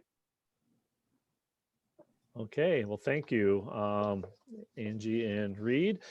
Okay, so now let's move on to the 6-12 reopening. And so as much as it's in 2 separate buildings, our principals, Chris and Mitch, have also worked really closely together. There's a lot of alignment that does need to happen, a lot of the same schedules. And so on our presentation, we would ask to let both Chris and Mitch present and hold the questions till the end, because a lot of what they're going to talk about, there's a lot of things that are in common. Of course, the specific schedules might look a little bit different, but I think some of the questions you might have about middle school also would apply to high school. So if you wouldn't mind, they'll go through our slides and then we'll open it up to questions and dialogue. So with that, grab the screen here again. Okay, and I'll kick it off and just share the timeline before we turn it over to our principals. Again, the things that you've seen in the past with the 4K2 and the 3-5 reopening, a lot of the same process. They'll talk about this, but you know, getting the parent survey out went out today, and then you can follow the timeline, all the things that need to happen to the adjustments to having our students in person. So once the date of March 15th was selected by the board, we looked at where we're at, where we need to go, and work to utilize that time the best that we could to be as prepared as possible for when students return. And so with that, let me kick it off with the 6-8, Chris Langer. All right, so I started out just the first couple slides of something the board asked for in the past, and I know that both Mitch and I did this, just kind of made a table with when, who, and what. So I just wrote the dates and who I was able to meet with, and usually it wasn't just me, it was usually me, James, and Nate, meeting with certain groups of people. So we started out working with coordinators, but a lot of times our coordinators group wanted to take the information back to their teams. So from there, we decided to start working with really the small teams, as you'll see on here, and that way everybody had more equity and voice, I feel like, and people had also more of a chance to speak up. So we kind of took the approach of meeting with every grade level team of core teachers and also the encore teachers, the teachers of special education, our student services department, the music department. We met with administrative assistants, we met with world languages, and most of the teams we met with twice. So I just kind of, on the first 2 slides, kind of went through that timeline. And then on the right-hand side, I just kind of put down a little bit of an agenda. Like we talked about various reopening ideas. We talked about start times. We talked about schedules. There was always question and answer times. And a lot of the question and answers were things, you know, that we have talked about in pre-K through 5 opening, or things that are on our website in our COVID protocol pieces, or there are things that are out there yet that we still need to find answers to. So Through all of this input with staff, I would say that, I guess the number one thing that I would like to say is that I totally enjoyed the process. Like, there's a lot of emotion, there's a lot of stress, maybe there's some anger, maybe there's some fear, but overall, the GDS staff was amazing. And just to be able to sit and talk through all of this and really work on this and talk about what's best for our students, amidst the adults, fear, and amidst COVID-19 was really awesome. I really enjoyed the process. And so while we know we can't find a model or a schedule that, all 85 of us will agree on, I think that we definitely found some commonalities that were able to help us create a draft. So what we did is we created a draft, and then we kind of went through again and we met with coordinators. And then we went back and met with the teams again last Wednesday. And then we did find a couple areas to tweak. And then tonight we came with a proposed schedule for GDS that I'll share with you in just a second here. So I just do want to share with you real quick from these meetings. Staff were looking at, anywhere from, from core and encore classes being anywhere from 50 minutes to 90 minutes, but the most, the area that they were most in agreement with was right on that 60-minute mark. Encore staff very much wanted the 60-minute mark. Encore included physical education.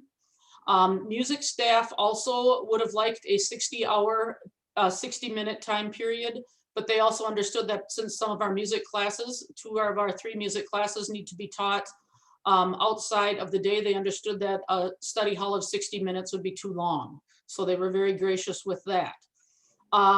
We had a lot of conversation around lunch and recess. Some people did not want to have lunch and recess, thought it might be too much, kids be too much together. And many others thought that the social emotional parts of lunch and recess would be very beneficial for our students. A lot of people also felt like a hot lunch for our students would be also very important. So we did take all of that into consideration as well when we created our schedule. So we are looking at doing a blue cohort and a silver cohort. That would be, and I'll explain these as we go in, and then that would be the cohorts that come into school for 2 days out of the week. And then the virtual embedded cohort would be the families that decide and choose to keep their students at home 100% of the time. And in the secondary, all 6 through 12, we will be using a concurrent teaching model where the students at home will be learning virtually, but concurrently with their teachers and their peers. So it's a different model, and they will have interaction with their live teacher and peers, which I think is great. So just kind of a schedule at a glance for GDS would be, if you were in the blue cohort, you would come to school face-to-face on Monday and Tuesday. Wednesday would remain the same, where they would have advisory and then an asynchronous learning day. And then on Thursday and Friday, they would have embedded learning. Exact opposite for silver cohort. And then the red cohort would have embedded learning all week long, except for their asynchronous Wednesday, of course.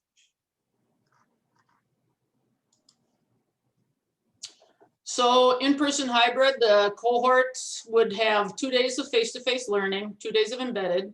The students will travel to their encore classes. The students will have hot lunch and recess. Our goal is about 10 students per classroom. Students will be expected to wear a mask, except while eating and when outside. 6 feet of social distancing always, including outside. Band and choir have to remain virtual and will remain virtual. And the way that they're going to work in the middle school is that they will have band and choir on the days that they're home. So if they are in just band and they're in the blue cohort, then they'll have band on Thursday and Friday. So we will have to do some rescheduling of our students in music courses. Our virtual embedded, our cohort red, they will have 4 days of concurrent learning from home. They will have asynchronous Wednesdays. Students will have a live teacher through Google Meet. They will be able to interact with their teachers and peers, and they will follow their own schedule. So would you add about orchestra, since you talked about music? I didn't mean to interrupt. Oh, sure, I'm sorry. Orchestra is able to meet with their students. So that's why we will have an MGS period still for 6th, 7th, and 8th grade. And orchestra will meet face-to-face with their students in school.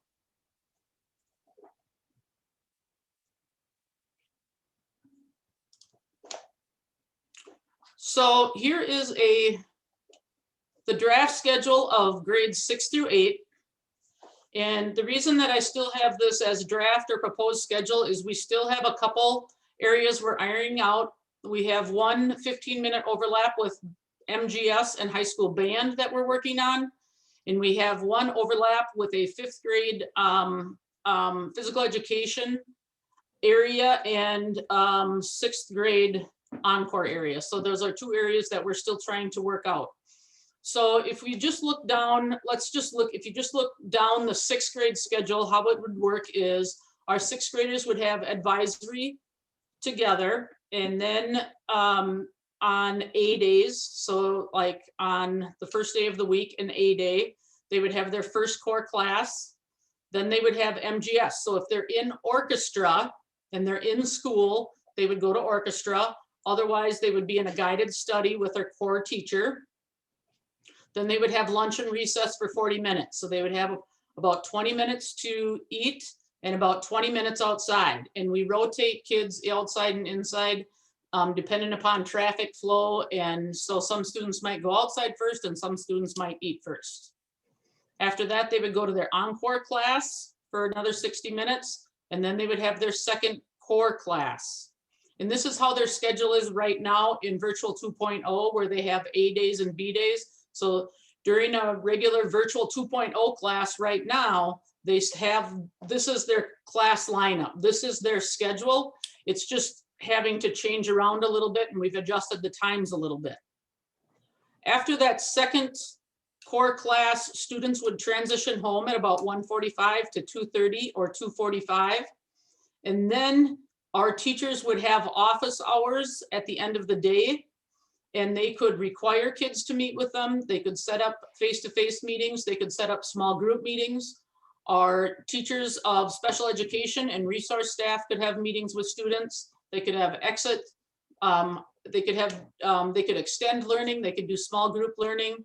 And that would be for both students who are face-to-face as well as virtual. And so 7th and 8th have the same schedule. It's just messed around. And so that's the proposed schedule. And Chris, could you just tell us why, kind of the rationale that you followed in making the cohort days different from 4K5, in that your days are going to go Monday, Tuesday cohort, Thursday, Friday cohort. And parents were concerned because this is, if they have kids in the other grade levels, these schedules are going to be difficult. Yes, for I them. can. Cover kids, okay. Yep, I sure can. We along with the high school have A days and B days. So when we teach on Mondays, we have A days, and on Tuesdays we have B days. And during the course of an A day and a B day, students receive all 4 of their core classes. So that's math, ELA, social studies, and science. If a student came on a Monday and a Thursday, and then a Tuesday and a Friday, that means they would have a math class on a Monday. They would not have math face-to-face again until the next Monday. So it would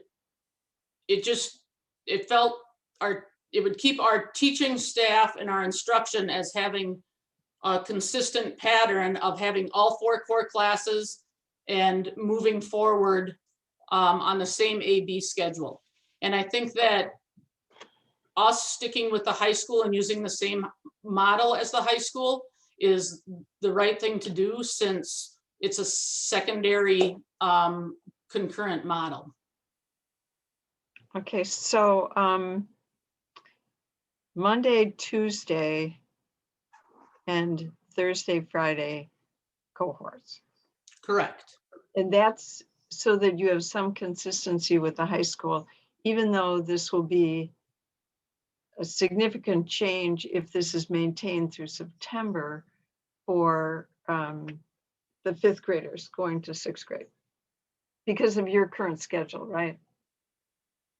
Well, this is our current, when we created our schedule back for this school year, we created it knowing we might have to go into this with that we might come back. So we're keeping our same schedule, the A day, B day, asynchronous A day, B day. If we tried to do the Monday, Thursday, we would have to change our weekly schedule.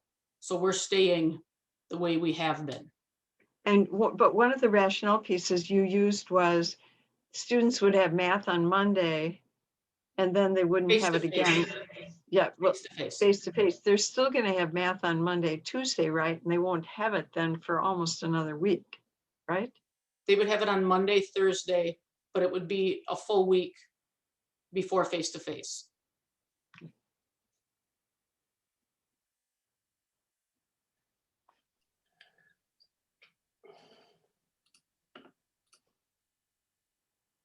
Eric.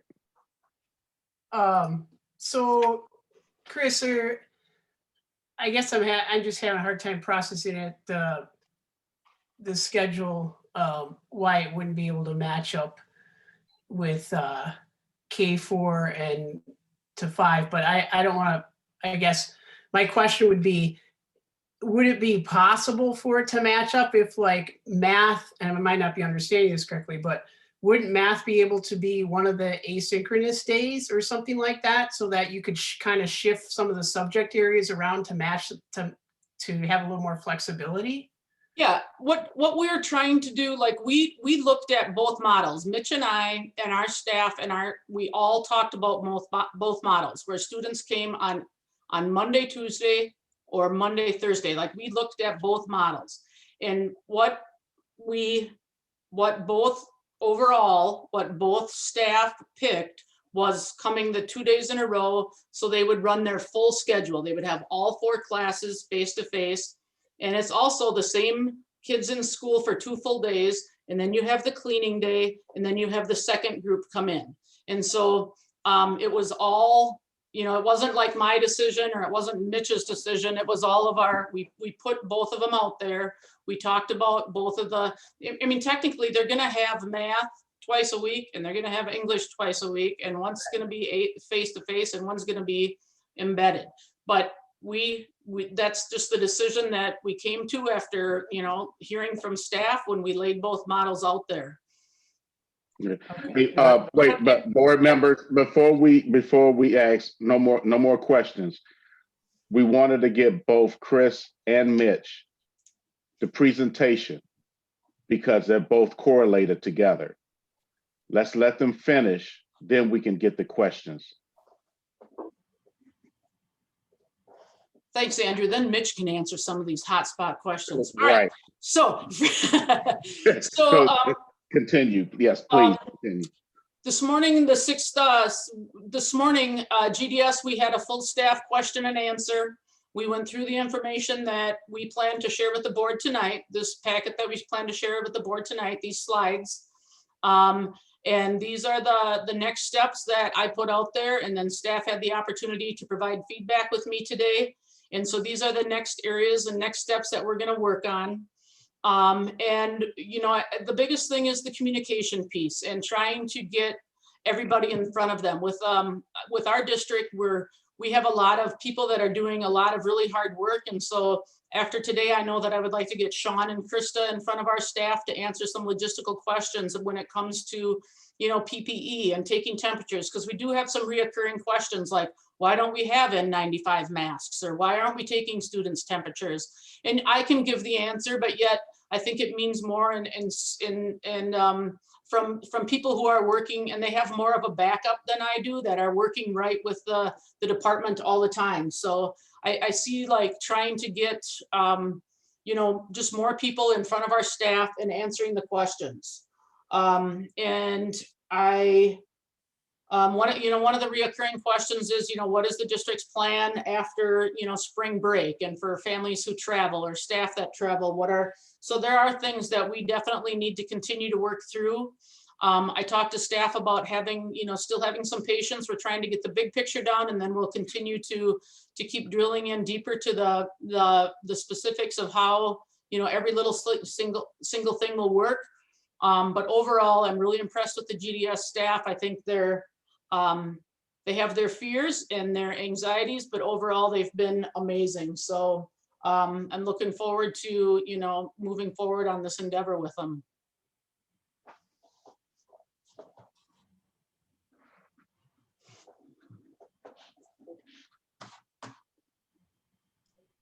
Okay, is Mitch, you're up? I'm up. All right, here we go. Much like Chris put together a timeline just to kind of walk through the process. I know the board was interested in that last time. So we'll talk through that and fill in any blanks there.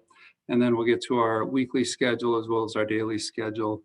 And I would echo some of the comments other principals have shared at the outset here, and just in terms of the work that's gone on so far, despite some fears definitely and anxiety about coming back, staff are also excited about seeing students, and that's balanced with that fear and anxiety. But the work here has been rewarding, and that people are putting their heads together and trying to come up with the very best plan.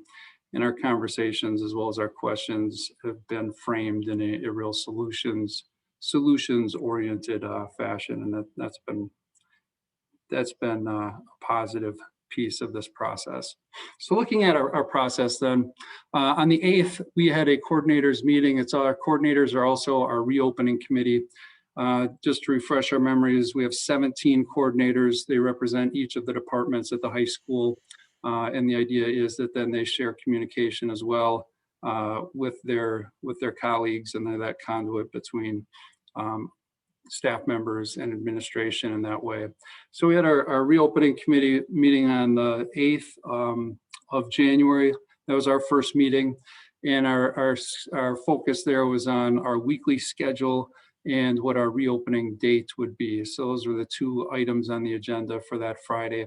After the meeting, I sent an email update to all staff based on the coordinator's recommendations. We also started the FAQ doc that's linked here. That was populated by our coordinators and answered by our administrative team and our instructional coach. And I think if you look at that document, it's about 90% answered. On the 12th, then the following Tuesday, we had information sharing session and listening session. Wanted to share the recommendations from the coordinators, and also staff had a lot of questions at that point. And so just a listening and answering those questions during that session.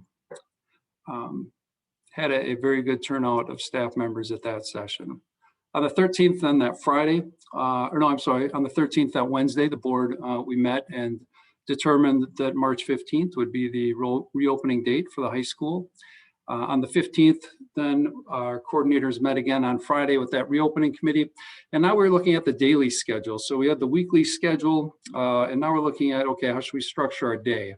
And we looked at 6 different models, Dane County schools, and they were full day schedules, half day schedules, and structured in a variety of ways. And we looked at those and weighed out some of the positive pieces that we saw and we wanted to include with our schedule, and some of the things that we didn't think would work well for us here.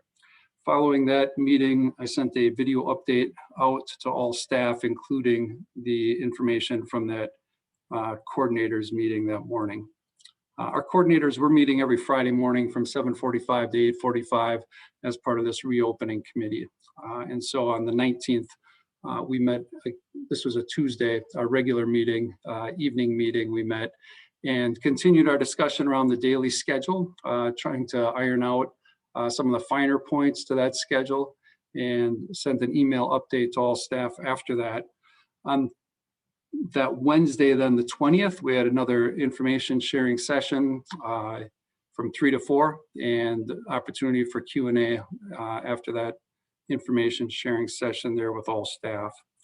On the 22nd, then that Friday, coordinators meeting again, and with the recommendation that we made for the weekly schedule as well as the daily schedule, we started to move on and start identifying issues around classroom logistics and identifying solutions around those issues and ways that we will maneuver and navigate this new environment.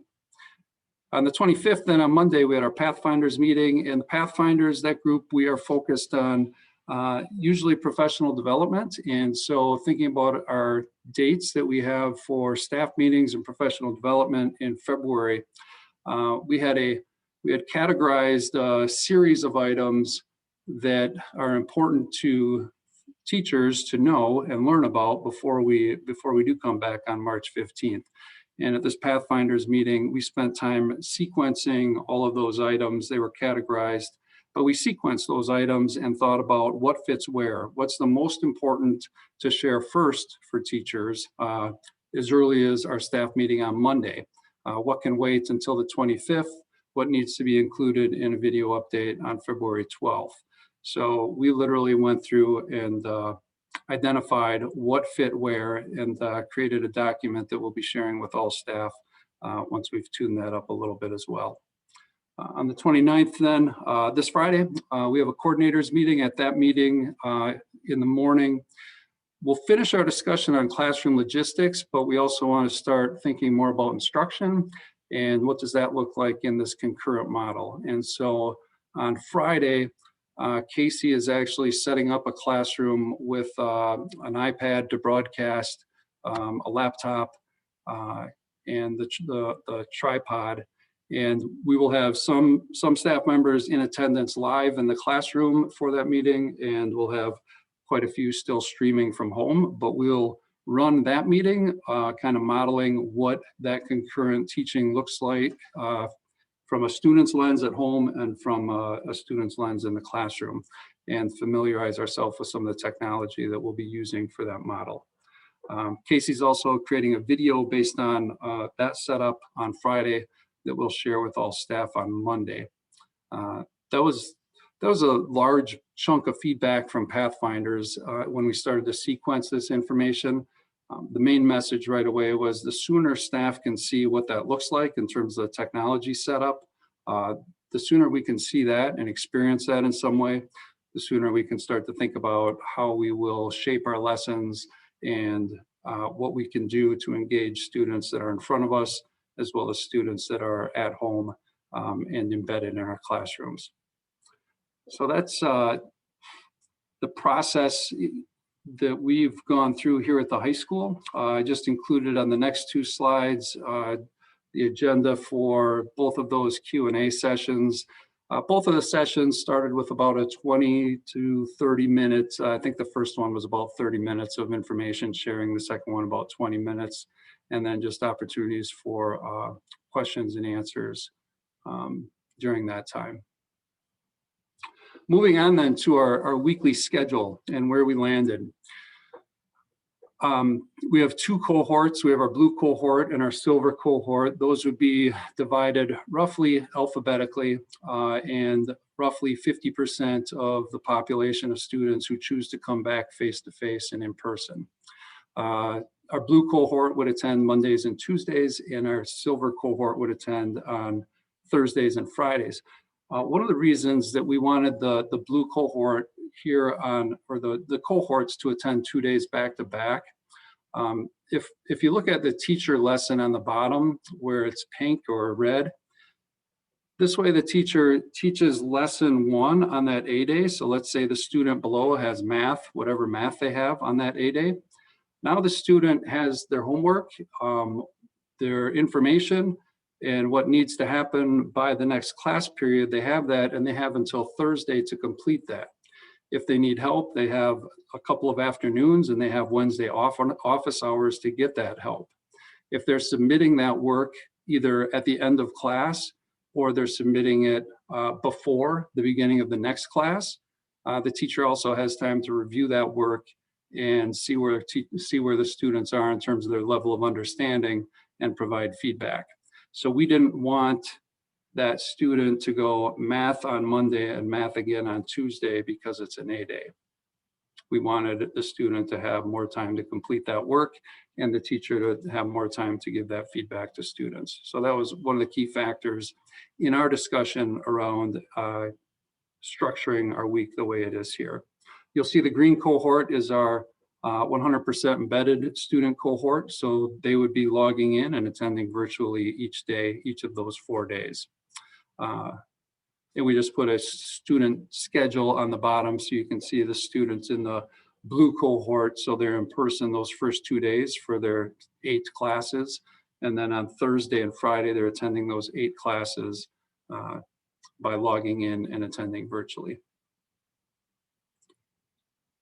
Moving on to our daily schedule then, like I said, we looked at quite a few models for our daily schedule. We looked at several full day models and quite a few that finished prior to lunch. In this model, we have 50-minute class periods. We have 5-minute passing times. We begin the day with students at 9 a.m. Students start to arrive at 8:45, 8:50. We will have a breakfast. We don't have the logistics of that ironed out quite yet, but there will be a breakfast. And then we have our 4+ periods in the afternoon, beginning at 1:30, running a half hour each, and finishing at 3:30. Between release and the first prep period, there's lunch as well as teacher prep time, student travel time, so that students can travel and be available to attend virtually for the plus periods. Now those plus periods, our discussion around the plus periods, we wanted to provide structure, but yet some flexibility during that time. And we looked at a number of schools and how they were structuring it and what their goals were. And in our discussion, what we wanted to do is designate specific times where students knew they can access their specific teacher at that time, or a teacher can request that students attend during that time. And so by designating the 4+ periods, if you look at the first one, the 1:30 to 2 o'clock plus period is our first period. So every student knows that if they want to contact that first hour teacher, that's when that teacher is available. And if they're contacting that teacher, if they're meeting with the teacher, they'll be meeting with other students who are in that class, which is also a comforting thing when you're going back to attend virtually. Teachers, on the other hand, they know that if they have a supplement to that lesson, if they want to meet with 5 students for extra support, if they want to run a study group, if they want a full class study session for an exam that's coming up, they have that half hour carved out where they can expect that group of students to come back. Students won't be asked to be in 2 places at one time with those 4+ periods. If they're asked to come back for first period, they can't say, well, my third period teacher wants me to meet then too. No, that's first period, and that's when we meet. So that's the design of the plus periods. Lunch was one of the factors in when we looked at the length of the day, and having the number of students that we'll have at the high school, if they're eating and we're not wearing masks and we're in, say, 12 students in a room or a larger area with more students needing supervision. The safety piece factored into our discussion there. Another piece that factored into that discussion was stamina. You look at the full day schedules and the amount of time that a student might be asked to be online at home for a longer day. Just thinking about their stamina to go 6 to 8 hours versus a morning, that's 2 different things. And we thought that this was much more approachable from a student standpoint than extending through the afternoon and having longer periods of time. We also look at, as we moved from our virtual 2.0 to this hybrid model, in virtual 2.0 right now, we have 30 minutes of synchronous time with students, and then a 60-minute period of asynchronous time after each of those 30-minute synchronous lessons. Here, we're moving from 30 minutes to 50 minutes. So the expectation will be that students are synchronous for that 50 minutes. So we're gaining a significant amount of synchronous contact with students and face-to-face contact for the students that are here in this model. And in a sense, we're kind of shifting that asynchronous time to the afternoon, but structuring it differently and structuring it a way that we feel like teachers will be more accessible and students will be more accountable to attend and be present when they're requested to be so. Just thinking about next steps, we'll continue with our coordinators, and the reopening committee will continue to meet on Fridays throughout February. Our focus there is really on protocols, logistics, classroom logistics, and school-wide protocols, and just problem solving there. Our Pathfinders team will continue to meet. Now that we've sequenced that information, we'll be coming back to Pathfinders, and now we're looking at those topics and thinking about the professional development and the learning that needs to take place around each piece, and sharing the ownership of that rollout. The admin team will continue to meet. We have our own list of tasks and timeline that we're following, and we'll continue to work on those leading up to the 15th. In terms of communication, we'll have continued email updates to go out to staff after key meetings. We have our staff meetings on the first Monday of each month. We'll send the video out again on February 12th for an update. And if anything comes up that needs communication in a more timely fashion, we'll do that as well. That's the end, and now we can take questions. Thanks for holding your questions. I know that wasn't easy. Okay, I'm gonna look around to see if we got any questions here. Lorraine. Thank you both for the presentation. That really helped tremendously. My question is to Mitch. I know right now you're providing some supportive classes for students that are struggling, right, with their academics. Will you continue that, or how would that look with the in-person learning? Yeah, we'll definitely continue that and continue to make it a priority. And by that, I mean working together with staff to come up with ideas and different ways that we can reach students effectively and support them effectively, given this new structure. But one way immediately that comes out are those plus periods. You know, students having that afternoon and those assigned times.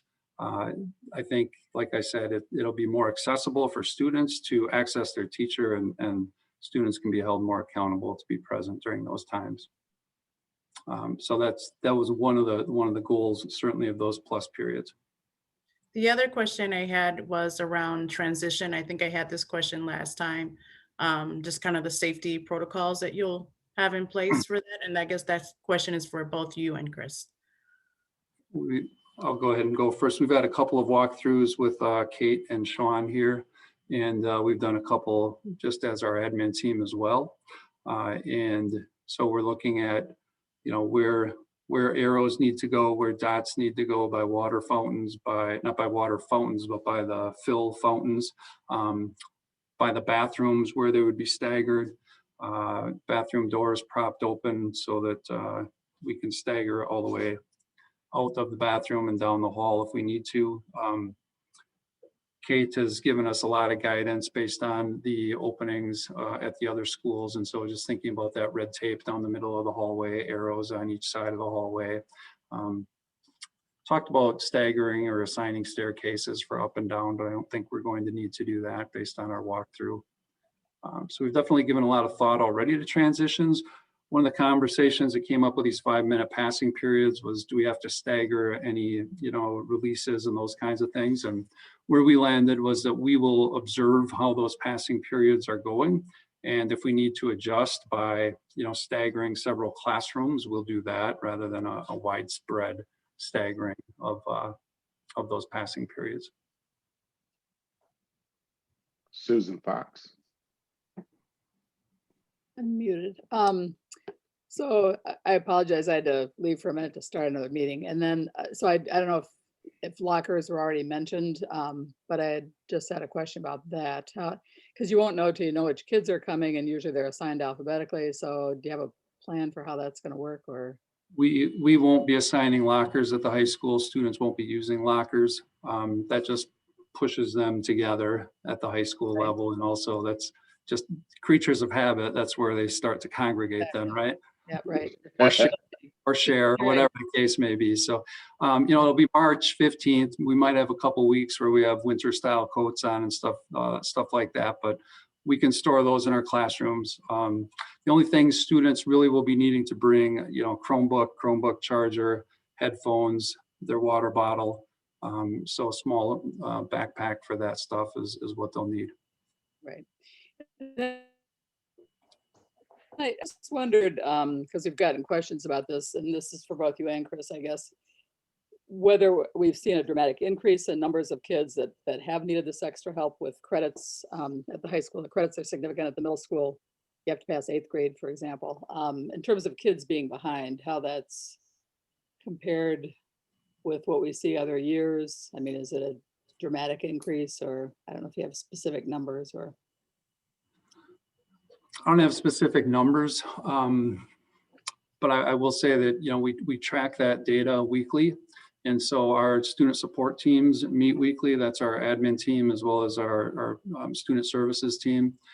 They meet weekly, and they look at F data that's pulled weekly, so it's up to date. Any behavior data, attendance data. We don't have any behavior data really this year, but attendance data. Primarily, they're looking at the F data and thinking about, okay, what students are on the list, who's connected to them, who's the lead person, that's all assigned.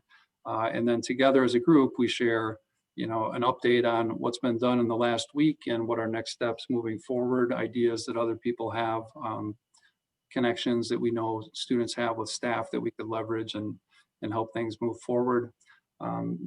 They have been working relentlessly, trying to connect and stay connected with students and families, done home visits, phone calls, video calls, helping students connect with their teachers and kind of go through that process of advocating for themselves and what their needs are, and moving forward with that relationship with teachers.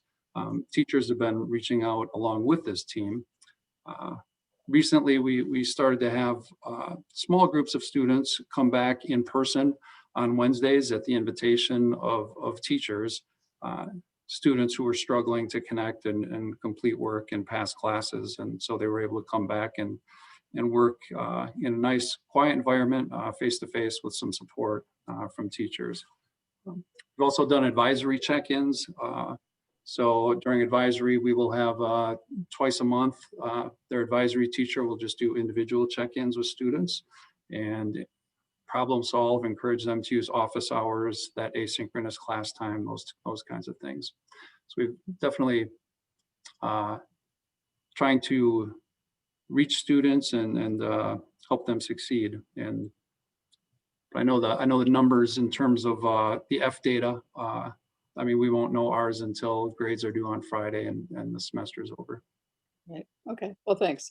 And you'll continue the Wednesday things this semester as well. I would think the plus periods will help a lot with that. Just because, again, it gives another opportunity to target individual kids. And Chris, sort of similar at the middle school, or yeah? Yeah, I'll play catch up here with a couple questions. First off, with our hallways and our passing time and our lockers, we have our 5th grade all marked up in the hallways, and we're going to see kind of how that starts off before we finalize all of our markups for the rest of the building. And then we do plan to use lockers. We're a little bit different than the high school, where we don't allow our students to have their cell phones with them, and we want cell phones in lockers. So we plan to distance the lockers 6 feet apart. And so we hope to have the empty lockers, and then the cohorts will be in the middle of the lockers for our groups that come in. So we do plan to use lockers. We'll have the same messages when it comes to, the bubblers and the bathrooms and things like that. And for us, it's all about having supervision in the hallways and by the bathrooms. As far as us and monitoring our students, our biggest concern, more so than grades, our grades are I would say, our students aren't where we work the hardest, and what our student services staff and administrative staff and teaching staff work the hardest on and monitor the most is engagement and attendance. Like we want to know that our kids are that we know where they are, we know what they're doing, that they're logging on, that they're held accountable, and that we're trying to meet their needs. Our students that we have people that we have done home visits. We have done the same thing Mitch has. We've done video calls, we've done home visits. We have not had groups coming into school. Our teachers work hard to connect with students and parents. And when they struggle, they come to us, and we use our student services staff, we use administration. So we feel pretty confident that the majority of our kids are doing well academically, but socially, emotionally, we know they're more than ready and to be done with COVID-19, quite honestly. So Thanks. The other question I had, and this might go more to you, Mitch, as well, is just in terms of curriculum, given the kind of shortened classes that have really been going on all year and that will still go on, how are teachers feeling about what they're able to deliver? I'm thinking of AP classes, for example, things like that. Has that been a greater challenge? I mean, what are people feeling about their content areas and how that's working? It's definitely been a challenge. A lot of planning has gone into that on our teams, and that's one of the reasons those Wednesdays have been so valuable for our teams to meet and plan.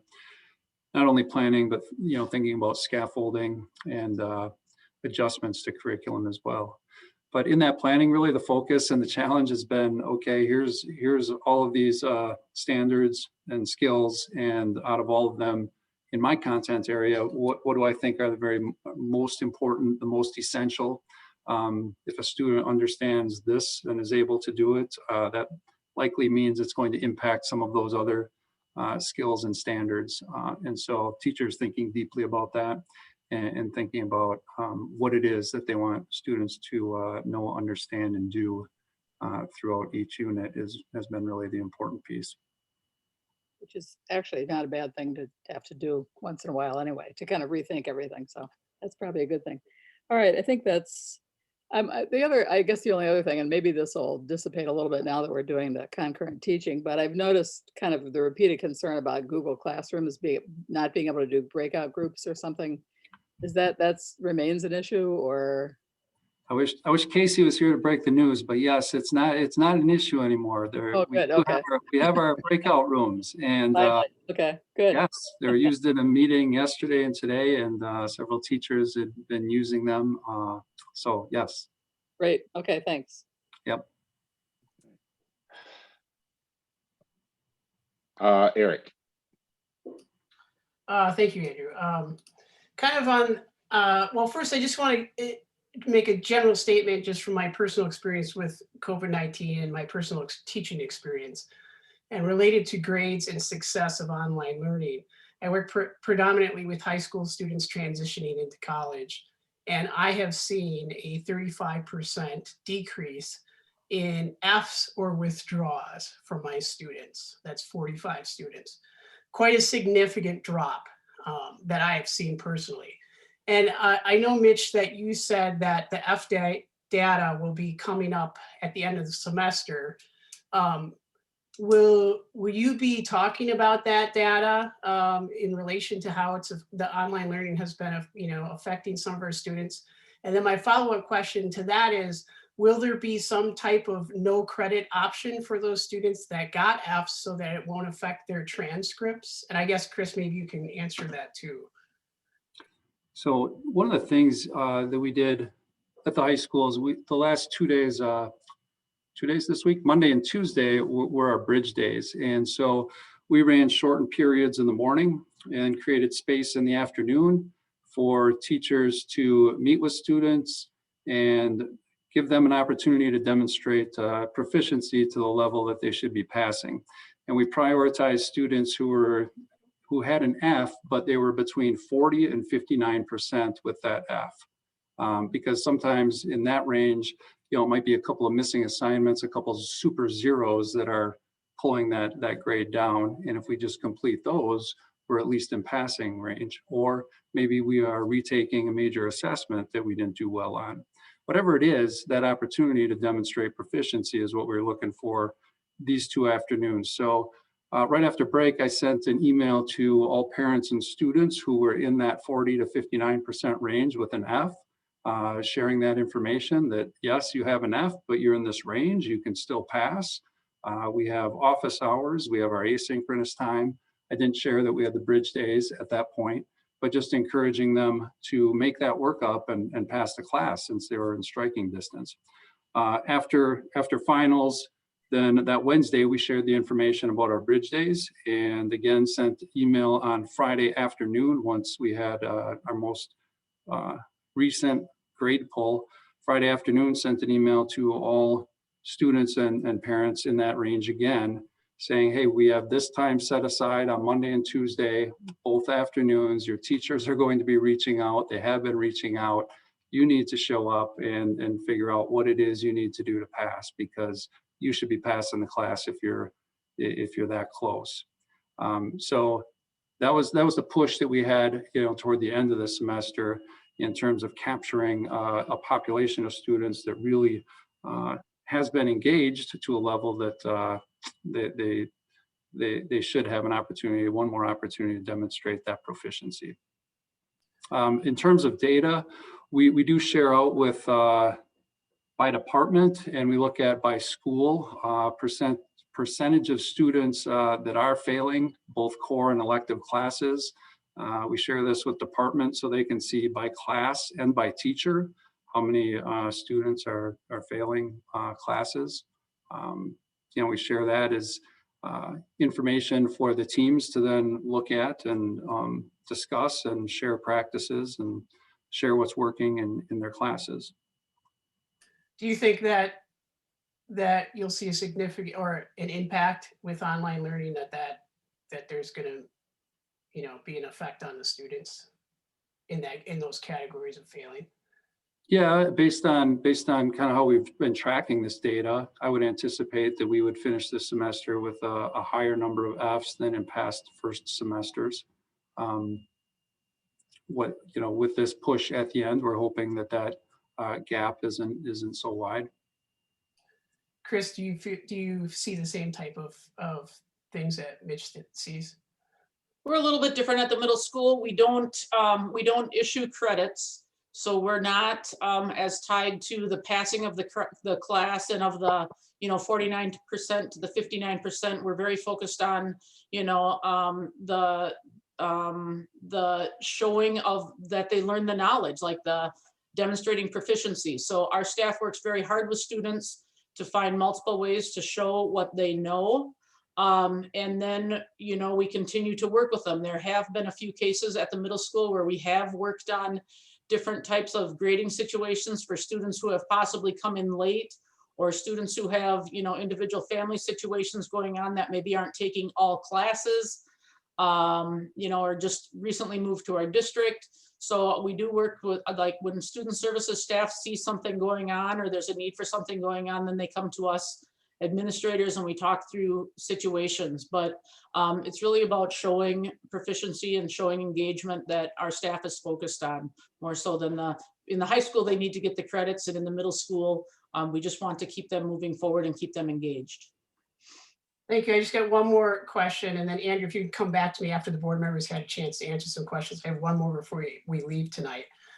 Mitch, you said then, so is there going to be, like, I know that it's good that you're reaching out to those students who are falling in those categories to try to make sure they have the opportunity to raise their grades, but will students be in jeopardy of not getting credits because of Fs related to the pandemic, or is there a plan to address that issue? So students, if they do still have an F at the end of the semester, they don't receive that F credit in that class. So that's accurate.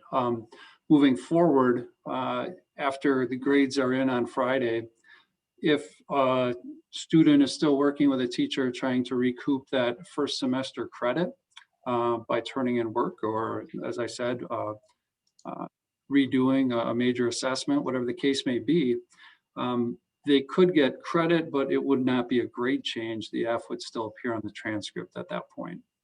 So they could recoup the credit, but not change the transcript. And that follows that follows our summer school model, essentially, with our credit recovery. And so as we move into the semester, we could look at credit recovery, as we go through first semester or second semester, so that we don't have that number of students needing credit recovery in the summer. Okay, thank you. I'd like to continue to come back to this issue at the next board meeting, or after, I suppose, after you get the data for the grades. My main concern is that I don't want students that really struggle with online learning to suffer with no credits or Fs, especially the seniors if they're transferring and going into colleges. So I'm hoping that we can be creative and think of ways like maybe, grant extended incompletes so that they get time to finish stuff, or something that, they won't have to suffer the effect of this that would potentially, impact their future. So with that, I'll stop and I'll come back later, Andrew. Thanks. I'll just add to Eric, that. just so you know, Hold on, I agree with that question, and I'd like to hear the follow-up on that too. Thank you. Okay. Elizabeth was first, and then I'll go to Susan Fox. If I could just add to that. Yeah, go ahead, Mitch. Andrew, with the creativity, I do want to express that there has been levels of creativity, and the first level is at that classroom level, and that has been outstanding, with staff reaching out continuously and trying to find ways to help students and to engage students and move forward and earn that credit. That's the first level of creativity, and then the next level was a school-wide level of creativity around bridge days and outreach and those types of things. And staff, they were all on board with those pieces as well. But we'll continue to think, as you're saying, Eric, well, as we go into second semester, are there other ways, opportunities we can create for students to recoup credit? Thank you, Mitch. Yep. Elizabeth? Thanks, Andrew. All right, so Chris and Mitch, first I want to say thank you for compiling the tables of meetings that you've had in terms of who was there and what was there. I think, as you both astutely pointed out, that's a question that comes up from us pretty regularly. And so I just wanted to say that the extra effort to do that did not go unnoticed. And it's really nice to see kind of the meeting cadences. We know that they're happening, but it's nice to see in black and white. So thank you for that. I appreciate that. Question, well, I guess comment for you, Mitch, first, and then I've got a couple of questions about some schedule and some things for you, Chris, on the middle school. I actually really appreciate the shortened schedule at the high school. I think when I first saw it, and I know that there's been some reactions about it, like sort of feeling like a half day or a partial day. But I think the reality is any of us who spend their lives sitting on Zoom meetings all day, right, as adults, as grown-ups, can recognize how impactful that is just in terms of how we feel about our lives.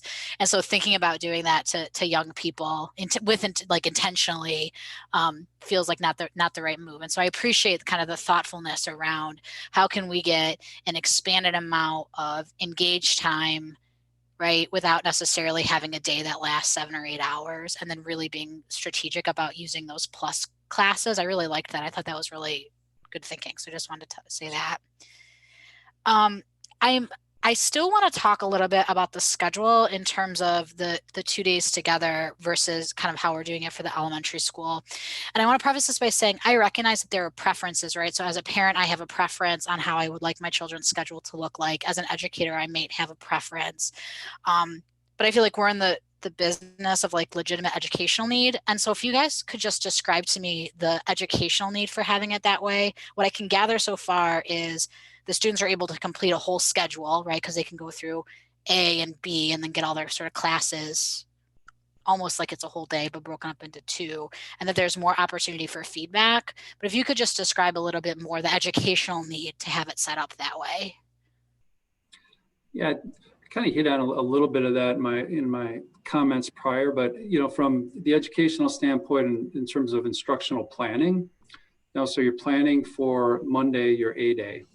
And now to plan for a consecutive A day back to back with the same groups of students, yet you haven't had an opportunity to look at the work maybe that they've completed. Have students had an opportunity to complete that work, you know, without rushing because it was just one night versus having Monday that assignment go out and then meeting again on Thursday.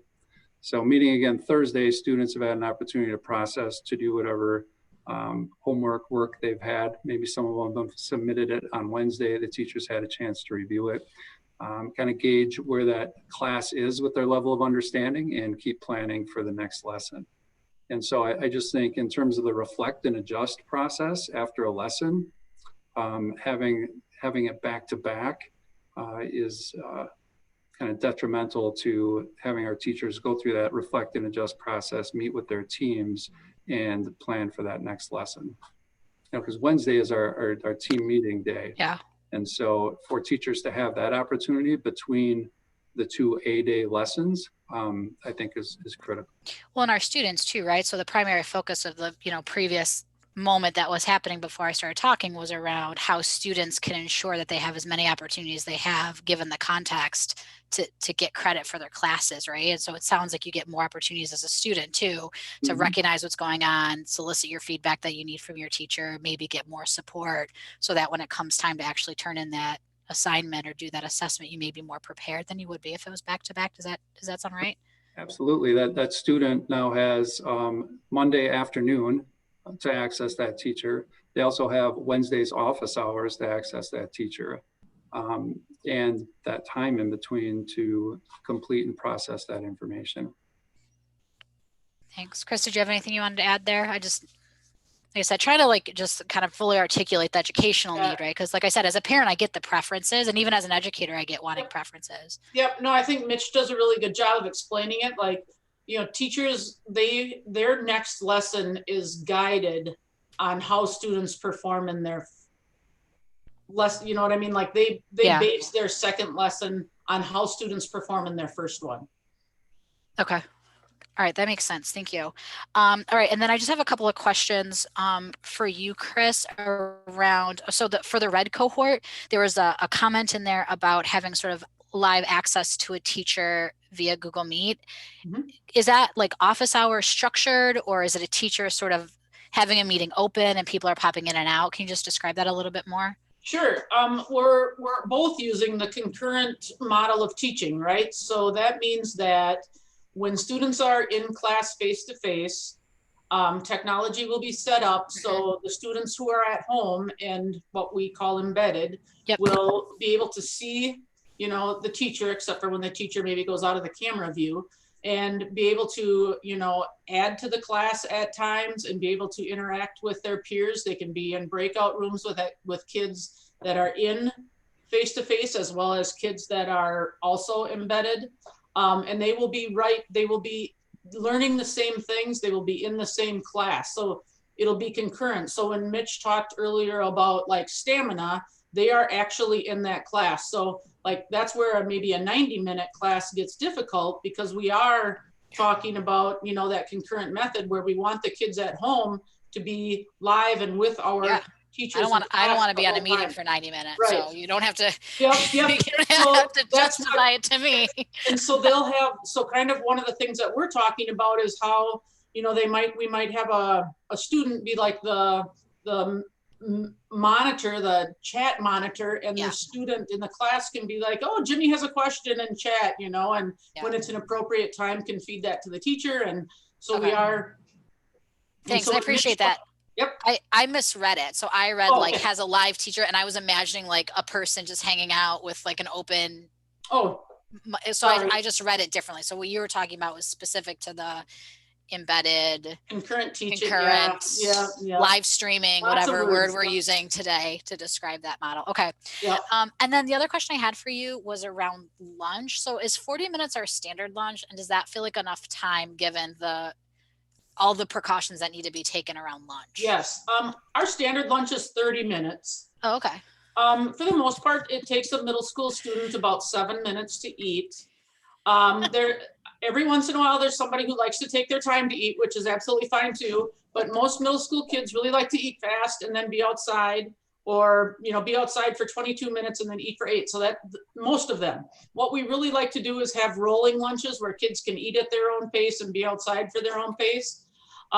So we've extended it to make it 40 minutes because we know that kids, they're going to have to go through the lunch line differently. And the ladies in the lunch line are going to have to ask the students more questions than usual. You know, before COVID, students could, you know, pick out some of their own things, and that's not the way it is right now. So it will take a little bit longer.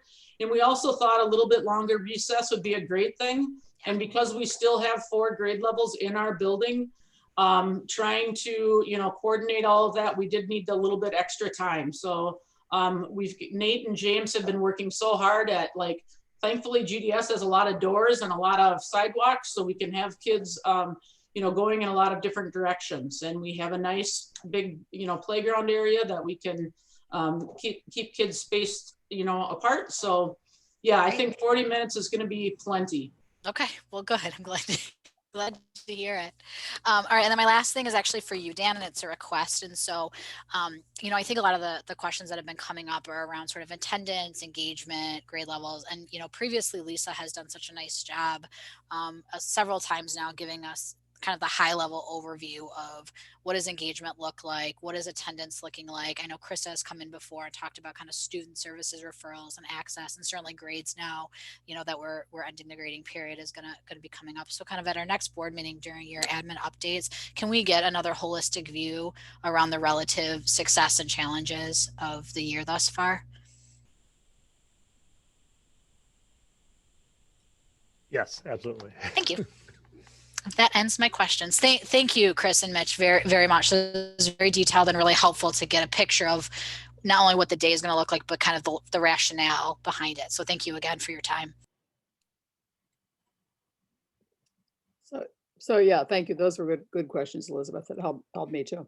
I just had a comment more than a question, which was related to the whole credit issue. And that is just a reminder that it's not just about earning the official credit, it's about earning learning the skills that are needed from that class. And I just don't want us to lose sight of that. I mean, I think if kids are coming back doing credit retrieval, what they're really doing is coming back and learning the skills that they didn't pick up. And I just don't want us to slack off on that, because that comes back to bite them later too if they don't have those skills. So that's an important piece.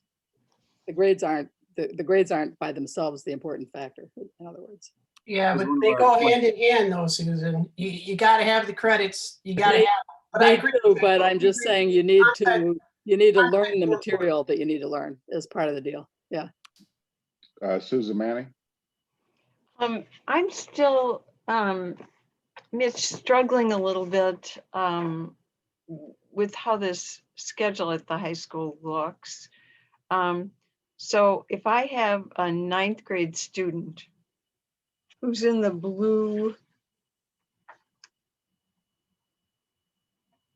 cohort, they will go to school. Can you just walk me through their week?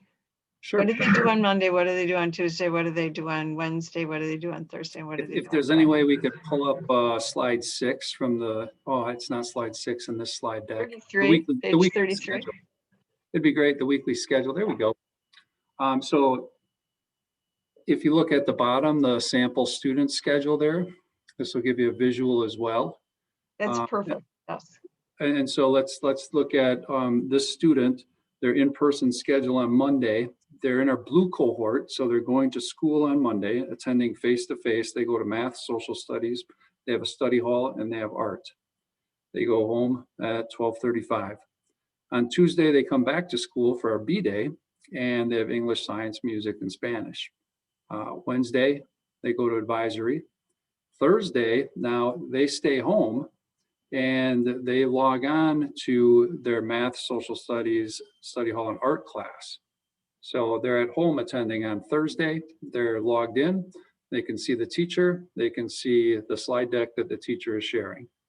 And if they toggle out and hit the grid, they can also see the other students, their classmates that are also live streaming the class.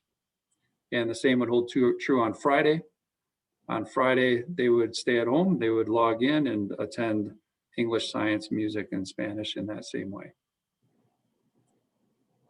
Does that help clarify what that looks like, Susan? Well, kind of. So I think that sample is very helpful. So they're in person in those classes Monday and Tuesday. Then they're advisory virtual, so they have access to their teacher on that day. Correct. I didn't put that in the schedule here, but we have our office hours that we'll be running that day like we have been as well. Okay. And then on Thursday, they're virtual. But what are Correct. they seeing on Thursday? So they'll log in like they have been in their virtual environment. The difference in this environment will be the teacher will be sending them two screens. One, the slide deck, like you're seeing on the screen now.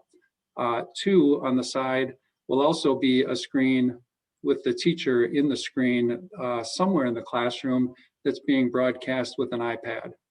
So the teacher might be standing by the whiteboard, could even write on the whiteboard, and the iPad is showing the student that view. So the student, they can pin either the view that we have pinned here, which is the slide deck, or they could go to the side, they could pin the teacher view so that they could see the teacher in a bigger view on their computer. So Thursday and Friday are synchronous, right? Thursday and Friday, they're attending. It is synchronous and they should be there for the whole 50 minutes. Okay, I think one of the things that threw me off is embedded virtually. And Okay. we don't have any, and I didn't see that in the FAQs because I looked. Sure. So embedded, that's just the term that we're using to describe, that students at home, but they are embedded in the classroom by attending virtually. So that's where that embedded term comes from. Similar to synchronous, right?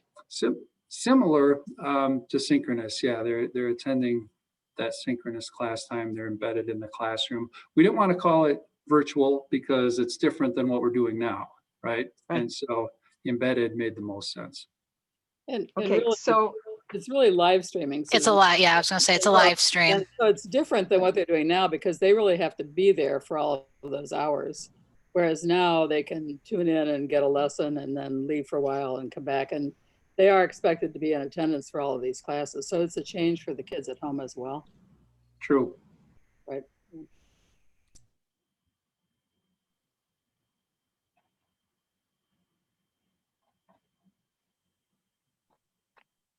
All right, was there any more questions?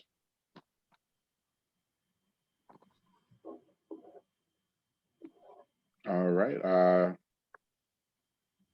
Eric. Well, I have one more before we leave. So. Yep, go ahead, Eric. Oh, okay. I just wanted, I guess I just would like to continue. I think it's great that we have these plans to get back to in-person learning for K through 12 now. And I know they're not going to make everybody happy, but I do think it's really important to have the plans and move forward like we are moving forward. And there's going to be hiccups and bumps in the road, but and I would like to even continue the conversation of potentially adapting some of these plans to maybe include hybrid models that would be 4 days a week rather than 2 days a week. And I know that's not something that we could magically just change right away, but as we get moving in these hybrid models, maybe that can be something that we consider as the next step to take as we move forward, especially if we're having some success. I've seen, I know how important it is for some of the students to be back, and I know how important it is for some of the families. And I know it's important to keep the online option too, but I really think moving in that direction is going to also be important to the community. And it's also going to be important because our teachers are now in that 1B group for the vaccine. So that shows the emphasis on the importance of education and our teachers having that protection so that they can get back. So I would just like to, as we move forward, let's just keep thinking about those plans and moving in that direction. That's just what I wanted to say. Susan Manning and then Susan Fox. Dan, do you have any idea? I know this is kind of around the things we were just talking about. do we have any idea of how many teachers are, just a loose percent, are unable to return?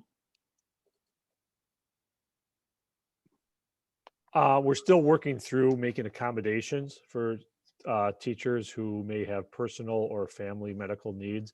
But I can tell you that I'd be hesitant to put out a number to, but it's a relatively small number at the middle and high school. So we believe we are going to be able to make the accommodations necessary. Okay, so I guess I'm 20%, or we don't have any idea yet, right? We can get that next time. Yeah, I guess I have to give that some thought about, as you know, it's no different than when we have teachers who are on FMLA with medical leave. I'd have to think about how we could share that without breaking confidentiality, but I way lower than 20%. Oh, okay. Okay. Yeah. Thank you. Susan Fox. Well, and my comment just goes to the question you just asked, Eric, which I think is a good one for us to keep in mind. But I think for us to do anything different, because as long as we have to keep that distance, and we're still hearing from all of the experts that masking and distance is it. And even with the vaccines, that's going to be it for a while. And I think, just looking at the numbers in Wisconsin, I mean, I'm really glad our teachers are in the 1B at least. I was hoping they'd be moved up further because they're after the 700,000 older people first. And so then they're coming in. So they're looking at March 1st.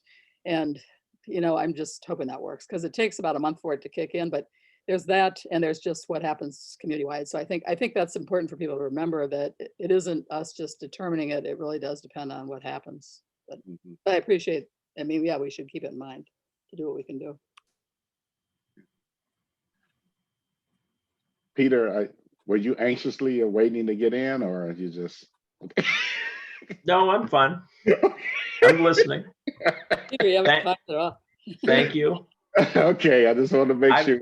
I've been listening to the experts. Yeah. I mean, I think we do. I think we do need to be prepared to be flexible. This thing could go in different directions. I'm hoping that we'll see a significant improvement, but we may need to be more flexible than we'd like to be. I guess my question would be, how in the end do, under these models, hours of instruction compared to a regular year, just as a comparison? Anybody happen to have that information with them? No, it's all right. I know probably nobody's sat down and figured it out. Yeah, I'll just, you can look at what the actual schedules are. We haven't computed them as far as like on an annual hours, like we, normally have to do for the requirements.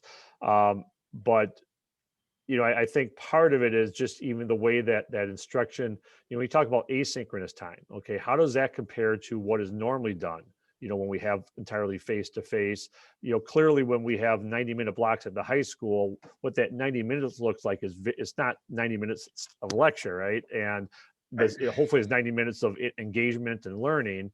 And obviously we've had to adjust tremendously here now about what those different methods look like. So I think we could probably count minutes as far as if we talk about synchronous, asynchronous time. But where's that independent learning that sometimes occurs as part of that normal 90 minutes, where now it's not maybe counted in that time. So it's that you get that. But I understand all the caveats that would come with that. Yeah. Do we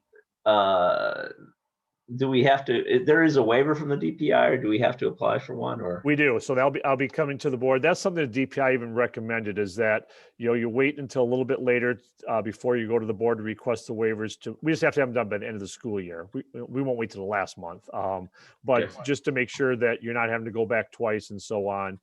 So I was looking at tentatively doing it at the next meeting in February. If we don't do it February, March for sure. And that would definitely be one of the ones we'll request a waiver for, is the hours of instruction. Sure. What else are we going to ask for waivers? At this point, I think that will be the only one, but we'll review again to make sure we are able to comply with all the other requirements. Lorraine? Yeah, I have a quick question for Dan. I know some parents have been asking about the snow days. why are schools still closed on snow days if we have virtual learning? If you can Yep. just. Absolutely. That's a great question. And it was something that we spent a lot of time actually talking about to make, that decision. I think that the short answer, the most important piece is that we have some students instruction. We have even teachers who are still teaching virtually. Many are teaching out of the buildings.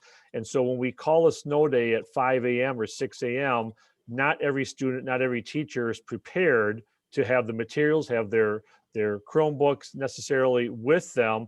Likewise, we have issues that, even for some of the teachers who might be teaching virtually out of their classrooms because they have better internet connections than they might have at home. And so the bottom line is that not every student and teacher is prepared. We've talked about if we're ever able to anticipate and make a call the day before, based upon what, whether that might be coming, that where people could prepare, then that would make sense that we could hold virtual at that time.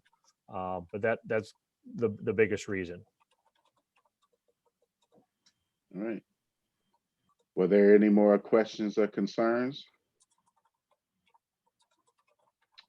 All right, thank you, everyone. Just before I make to adjourn, I need Dan, Jared, Katie, and Nicole to stay after, please. Thank you so much. So can I have a motion for adjournment? Move we adjourn. Second. All right. All in favor, starting with Susan Manning. Aye. Susan Fox. Aye. Lorraine. Aye. Eric. Aye. Elizabeth. Aye. Peter. Aye. Ayes have it. Motion carries. Good night, everybody. Thank you. It's great. All righty. Yeah, good night, everybody. All right, Good night. Joyce.